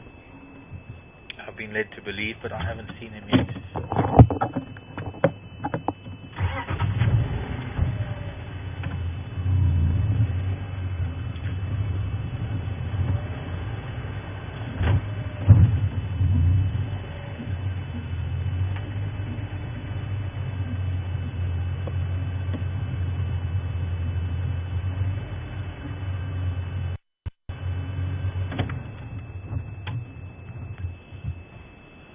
Sicklebush. I think she might be eating pods of the sicklebush. Yep, picking up the green pods, or picking off the green pods rather, on the sicklebush. Christakis.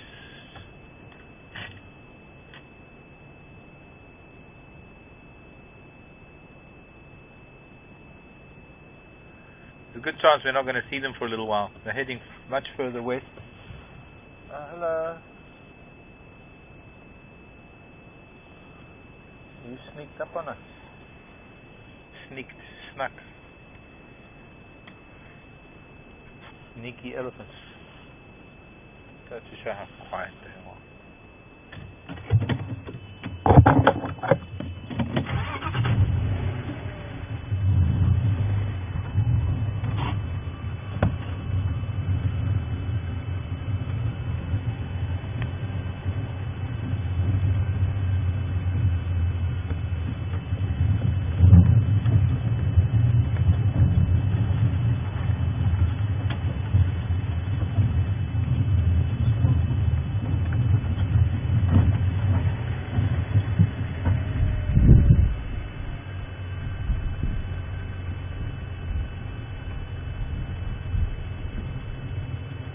That's very interesting. There's a stork nest up there.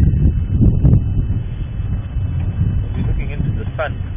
It looks like a yellow-billed stork on a nest.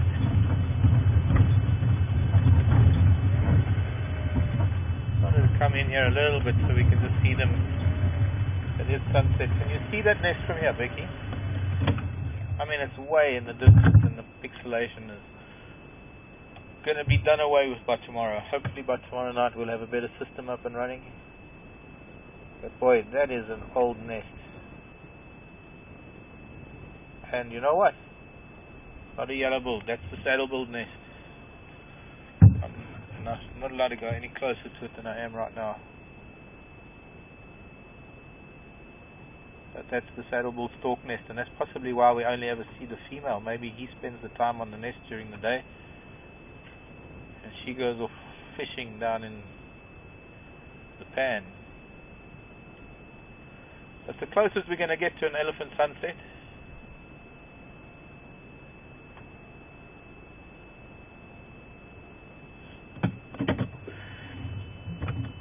I'm going to have to say goodbye to them and start moving back to the road. Saddle-billed stork nest. Can you believe it?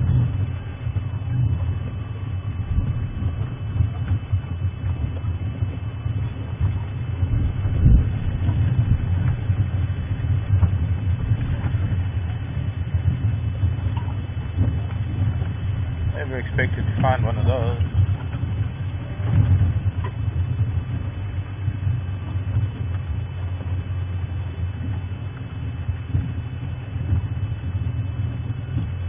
Actually, I'm going to have to turn around and go the other way. But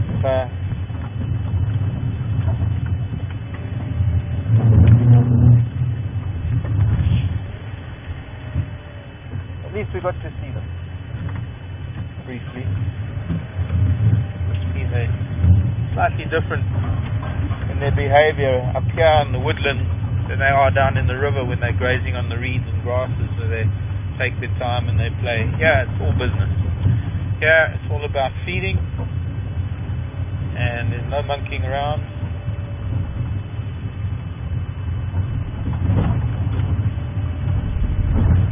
And they're moving as elephants do. Elephants on a mission. It might be that they'll make their way back to the river, which will be considerably west of us by the morning, and that they might come back again for us tomorrow. This, by the way, this on my right, the last time I showed you a hibiscus flower, it was one of these plants, wild cotton. It was such a small plant, it only had a leaf and a flower. But here next to me is the seed encased in its cotton, from the Mulva family, the mallow family. You should be seeing quite a bit of that nowadays. I have seen some off of the road, but it's the first time I've had one close. Okay, close enough to get it on camera. Wild cotton.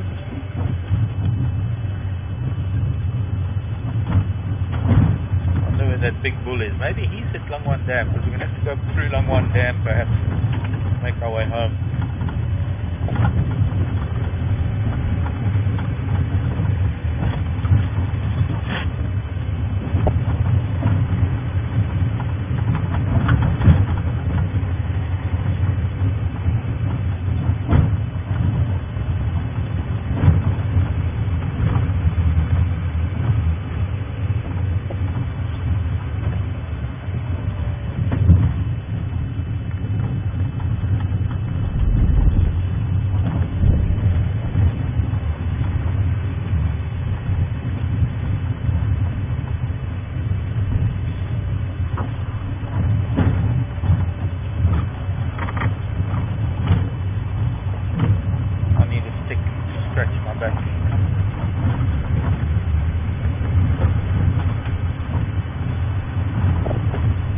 down, the wind picks up, there's more cotton.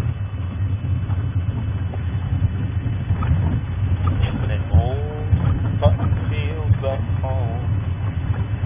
When I was an itty bitty baby, my mama used to rock me in them old cotton fields back home. Oh, this is interesting. This is interesting. Very interesting. Wow. I don't know how I'm going to show this to you. I don't know if we're going to get. I don't know if we'll get it on camera. I'm going to take a photograph of it nonetheless. And I'll put Becky there.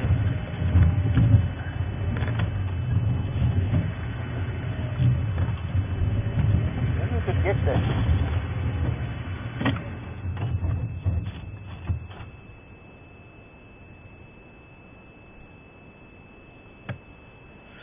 What this is the cocoons of a parasitic wasp. I've shown you before where I've found the cocoons, but this is now I'm able to find not only the cocoons but the caterpillar. Also the caterpillar where they came from. And this is a caterpillar that was host to the larvae of these wasps. They're a parasitic wasp. And the wasp laid her eggs in the living caterpillar a little while ago. The eggs hatched within the caterpillar. And as the caterpillar was feeding and living and growing, these wasp larvae were growing inside the caterpillar. And they were eating the caterpillar from the inside out. And they got to a point where it was almost time for the caterpillar to spin its cocoon. And instead of spinning a cocoon, it became dazed and confused because the wasp larvae damaged brain cells. And they have emerged from the back of this caterpillar and spun their cocoons. They've emerged as larvae and they're now in their pupal state.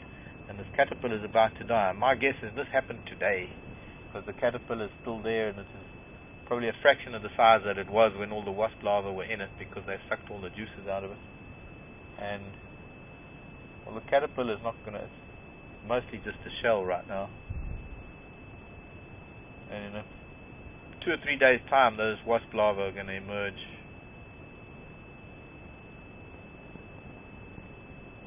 Nature is phenomenal. From the marvels of the giants, the elephants, to the intricacies of the insect world and parasitic wasps. You know, there's a super parasitic wasp that lays an egg on the edge of a leaf, and the caterpillar swallows that egg, and the larva of that wasp doesn't eat the caterpillar, but eats the larva of the wasp that are eating the caterpillar inside the caterpillar. It's called a super parasite. Yeah. And they're not affected by kryptonite even. It's just super parasite. Bye-bye wasps. Happy hunting caterpillars. And it's a hairy caterpillar, and there are not many things that eat caterpillars, or hairy caterpillars for that matter, because they're hairy, and they're hairy so that things don't eat them. When hornbills eat them, they wipe the caterpillar on the ground and shake off all the hairs.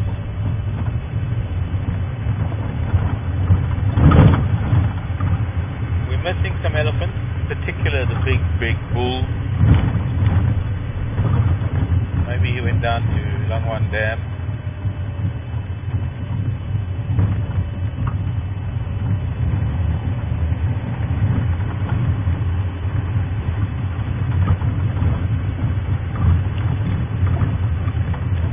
We're a long way from home. It's nice having a sunset up here because you don't often get a sunset this far away from home. Even if we didn't really get a sunset, I have seen in some of my drives that I've done when we haven't been broadcasting, I've seen a couple of really nice places for sunset. But of course, those are areas we don't get signal. One of these days we'll find a nice spot. And all stations leaving Slumber North, heading west across southeast of the lock.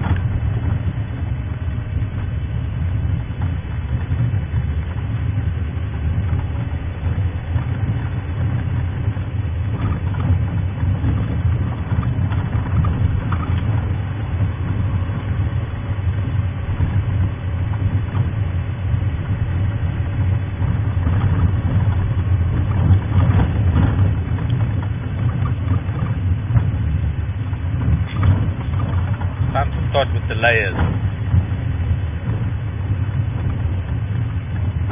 Start putting layers on. Stop at one dam now, and I'll put a few layers on.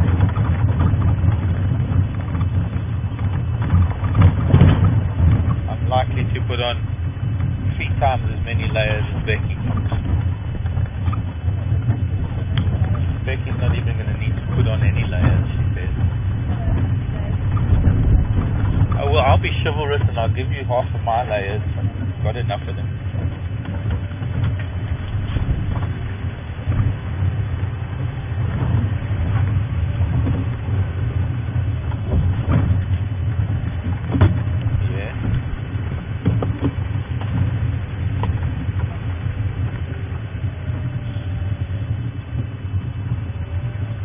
Oh, hello, James, Mr. Bear.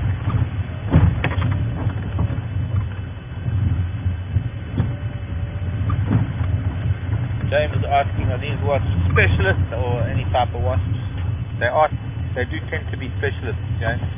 They are somewhat species specific, because this is another interesting fact, is that for the wasps to find the caterpillar, they actually pick up on the gases that are given off by the leaves of the specific tree that the caterpillar is feeding on.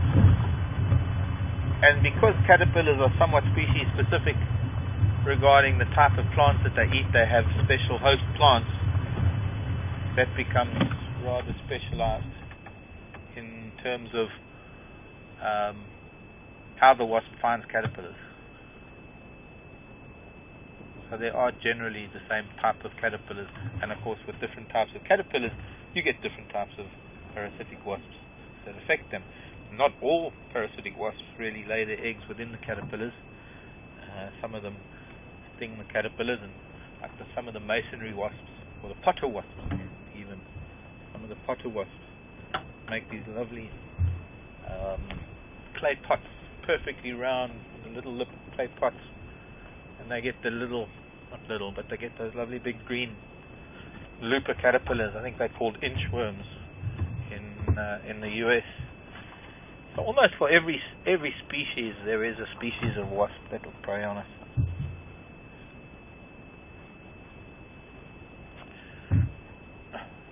Better. You okay with short sleeves? You can have my fleece. I've got my big jacket. I've got another pullover, long sleeve t-shirt, and a fleece, and 2 scarves, and a kikoi from Kenya, and my big winter jacket, and gloves, and I can put this on too. What can I say? I don't know. I don't deal with cold very well. Simple as that. And it's this southerly cold wind that's coming now. We seem to have switched from that northerly wind coming back to the southeaster that normally blows. Okay, let's make our way home. We're far away from home. Everybody here at the dam. See if I can do this without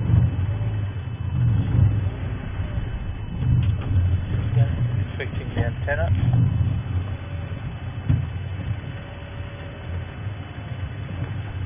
And without rolling into the dam.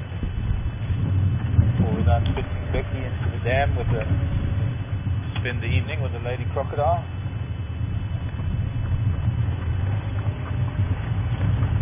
Done and dusted.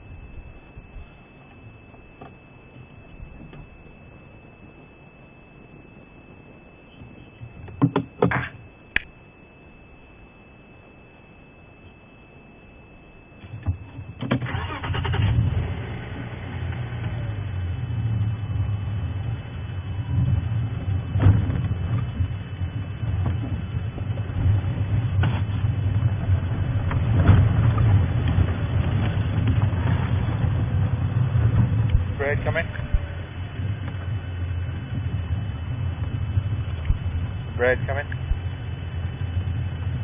Is that more or less where I left that Shasha, where I left that Mkonzo?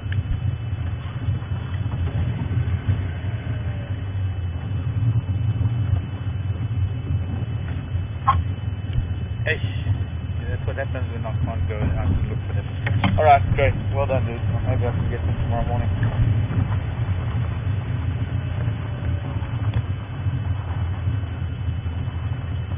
Yeah, I'm just worried about light. I'm starting to lose light for the cameras. Yeah, I wondered with that Tawny Eagle. Yeah, I've already crossed Langwan Dam, starting to make my way home. But yes, I'll hopefully come out first thing in the morning. Thanks, bud. See, my tracking is better than anybody's tracking in this place. Exactly where I left that branch in the road, where we had the Tawny Eagle.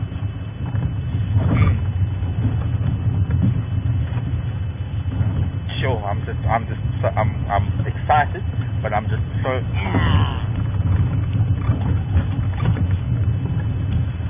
The pride of lion, our pride, the black dam pride of lion, killed a wildebeest. There, where that Tawny Eagle was, where I left that branch in the road, a little bit of south of that.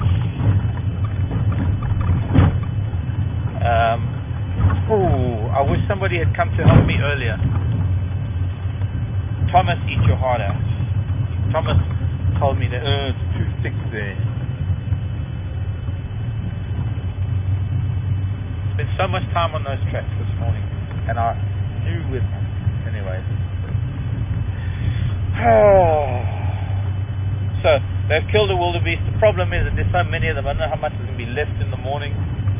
But I promise you, first thing tomorrow morning, we're going to come out here. We're going to be here at daylight, at daybreak. Yo, that's just so.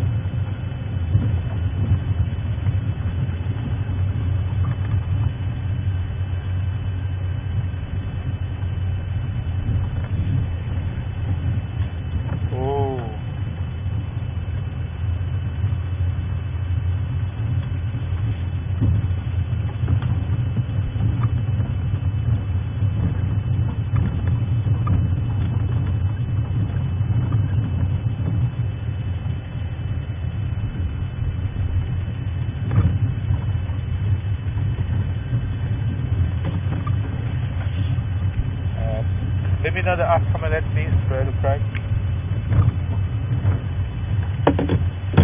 Sure. It's rather intense. One of the guests on the vehicle said to Brad, who's the guide who we saw with the elephants, that they seem to think that there's a dead leopard lying there where they've had that wildebeest killed. Brad is looking at it, because if that's the case, they have to close the sighting and nobody can go in there until they establish what's going on. So no, I mean, don't jump to conclusions, just relaying what I hear on the radio.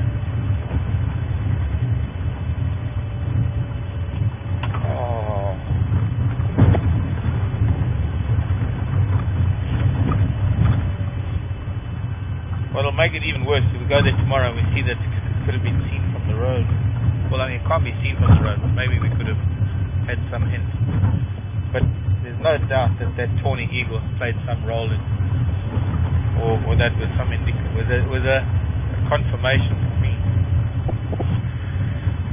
Oh boy.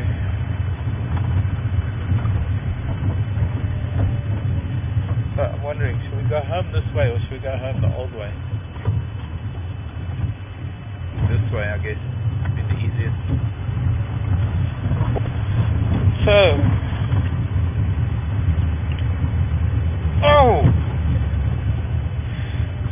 you have no idea. Hearing these guys talk about tracks and know they're going this way and know they're going that way, and I went to those tracks and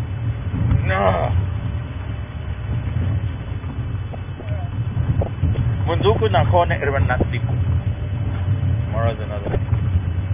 Keshu. Kusasa, mañana, domani, mura, in whatever language it's little. It doesn't mean now. I want it now. Can I just reverse the sun and bring the sun up a little bit just for another half an hour of light?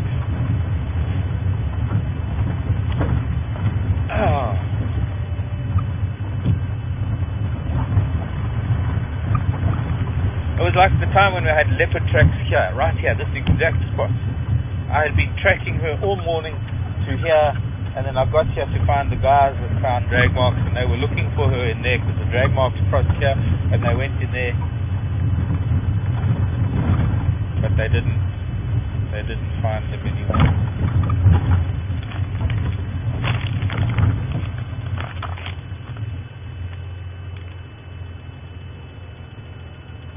Ain't no such thing.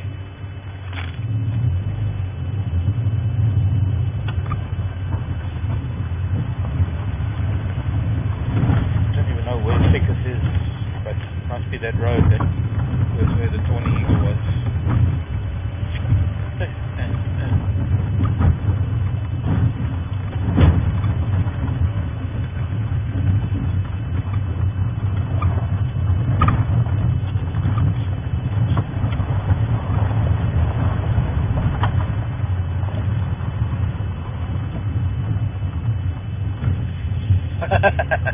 Let's do Coleman. Drakensberg sunset. When? ? I have to find a road I have to find a place where we can steer to. It's difficult. The other thing is that the sun is setting so far north of the Drakensberg that we're actually not going to see the two together. We can see the sun, but we're not going to see the Drakensberg, and it'll have to be September, October before the sun starts making its way further south and starts hitting the mountains at sunset. But I will try. Tomorrow. No promises.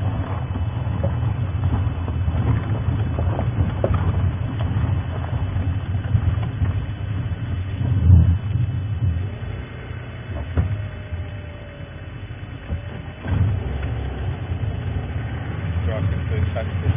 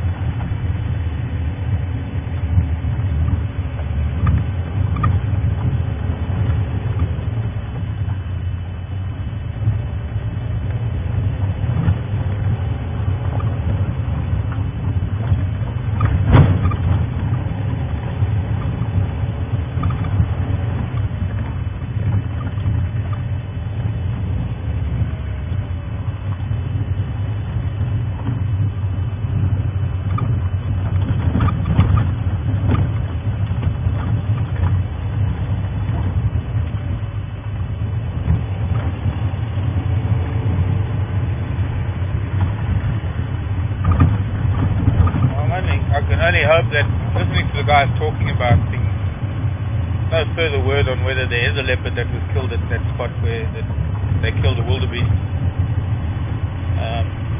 Sometimes guests see shapes and colors. Sometimes it is something and sometimes not. Pride of lion could make short work of a wildebeest depending on how hungry they are. Well, it depends on how many individuals there are in the pride. It depends on so many different factors. How hungry they are when they made their last kill, whether there's a male with them or not, if it's only the females. What I can tell you is that it's only the two older cubs, not the two very young cubs. I don't think the mother is with them either. But I'm hoping to get up very early and try and get out there as soon as I can tomorrow morning. It'll be the first time we'll be able to come and get to see these lions, and they are one of the focal points of our story. And and our being here at Thornybush, and it's taken us about a month more actually. No, it's not a month. It's only about 3 weeks.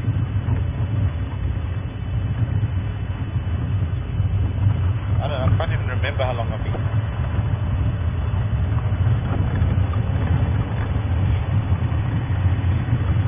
It's only taken us a few weeks to finally get this close to them.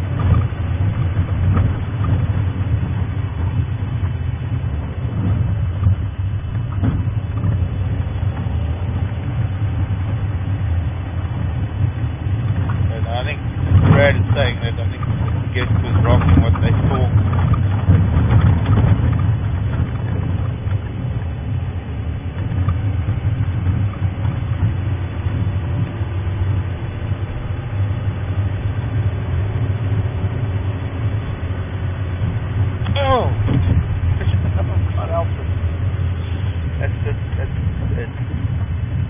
What they used to say on Coney Island, close but no cigar. But they don't want the cigar. As long as they don't have the saying close but no beer. I think I still deserve a beer after today.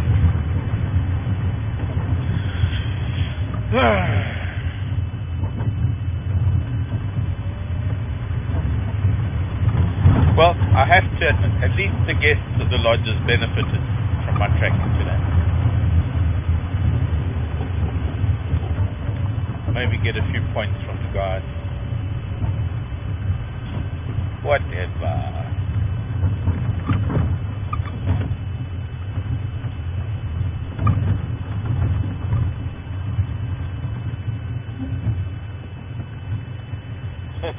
Thanks, David in Florida. David in Florida saying, feel my frustration.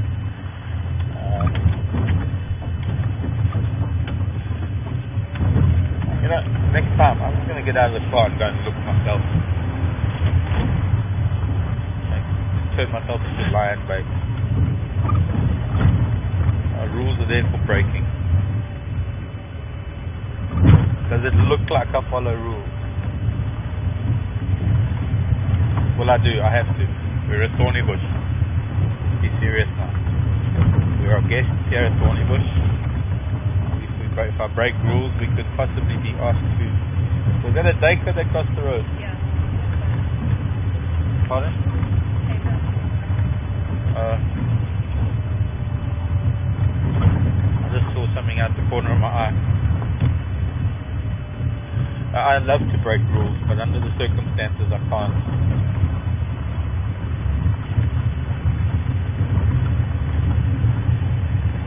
Okay, I'm going to lose you in this dip, and then I'll pick up on signal out the other side of the dip, and then it might be getting too dark.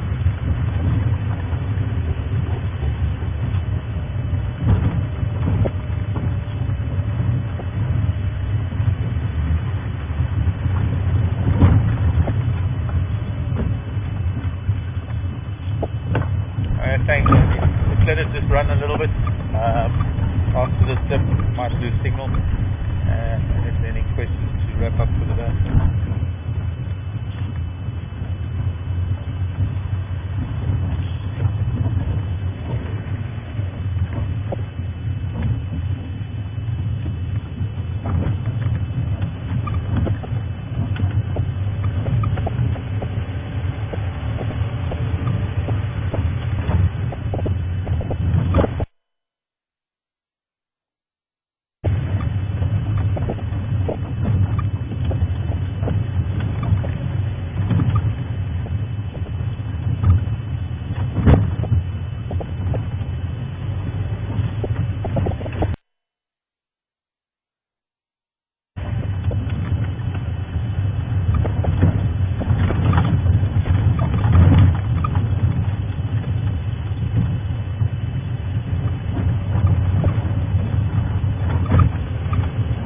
And it was the same. What the earth?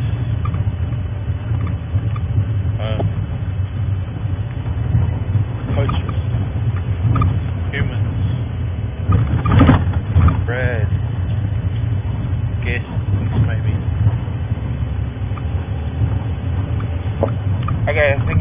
way now. Gonna have to say goodbye, folks.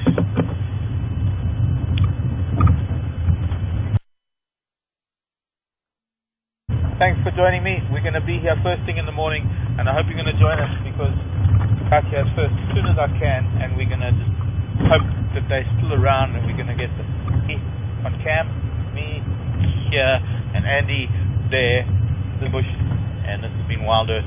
Hope you have fun. Bye, everybody. Your input.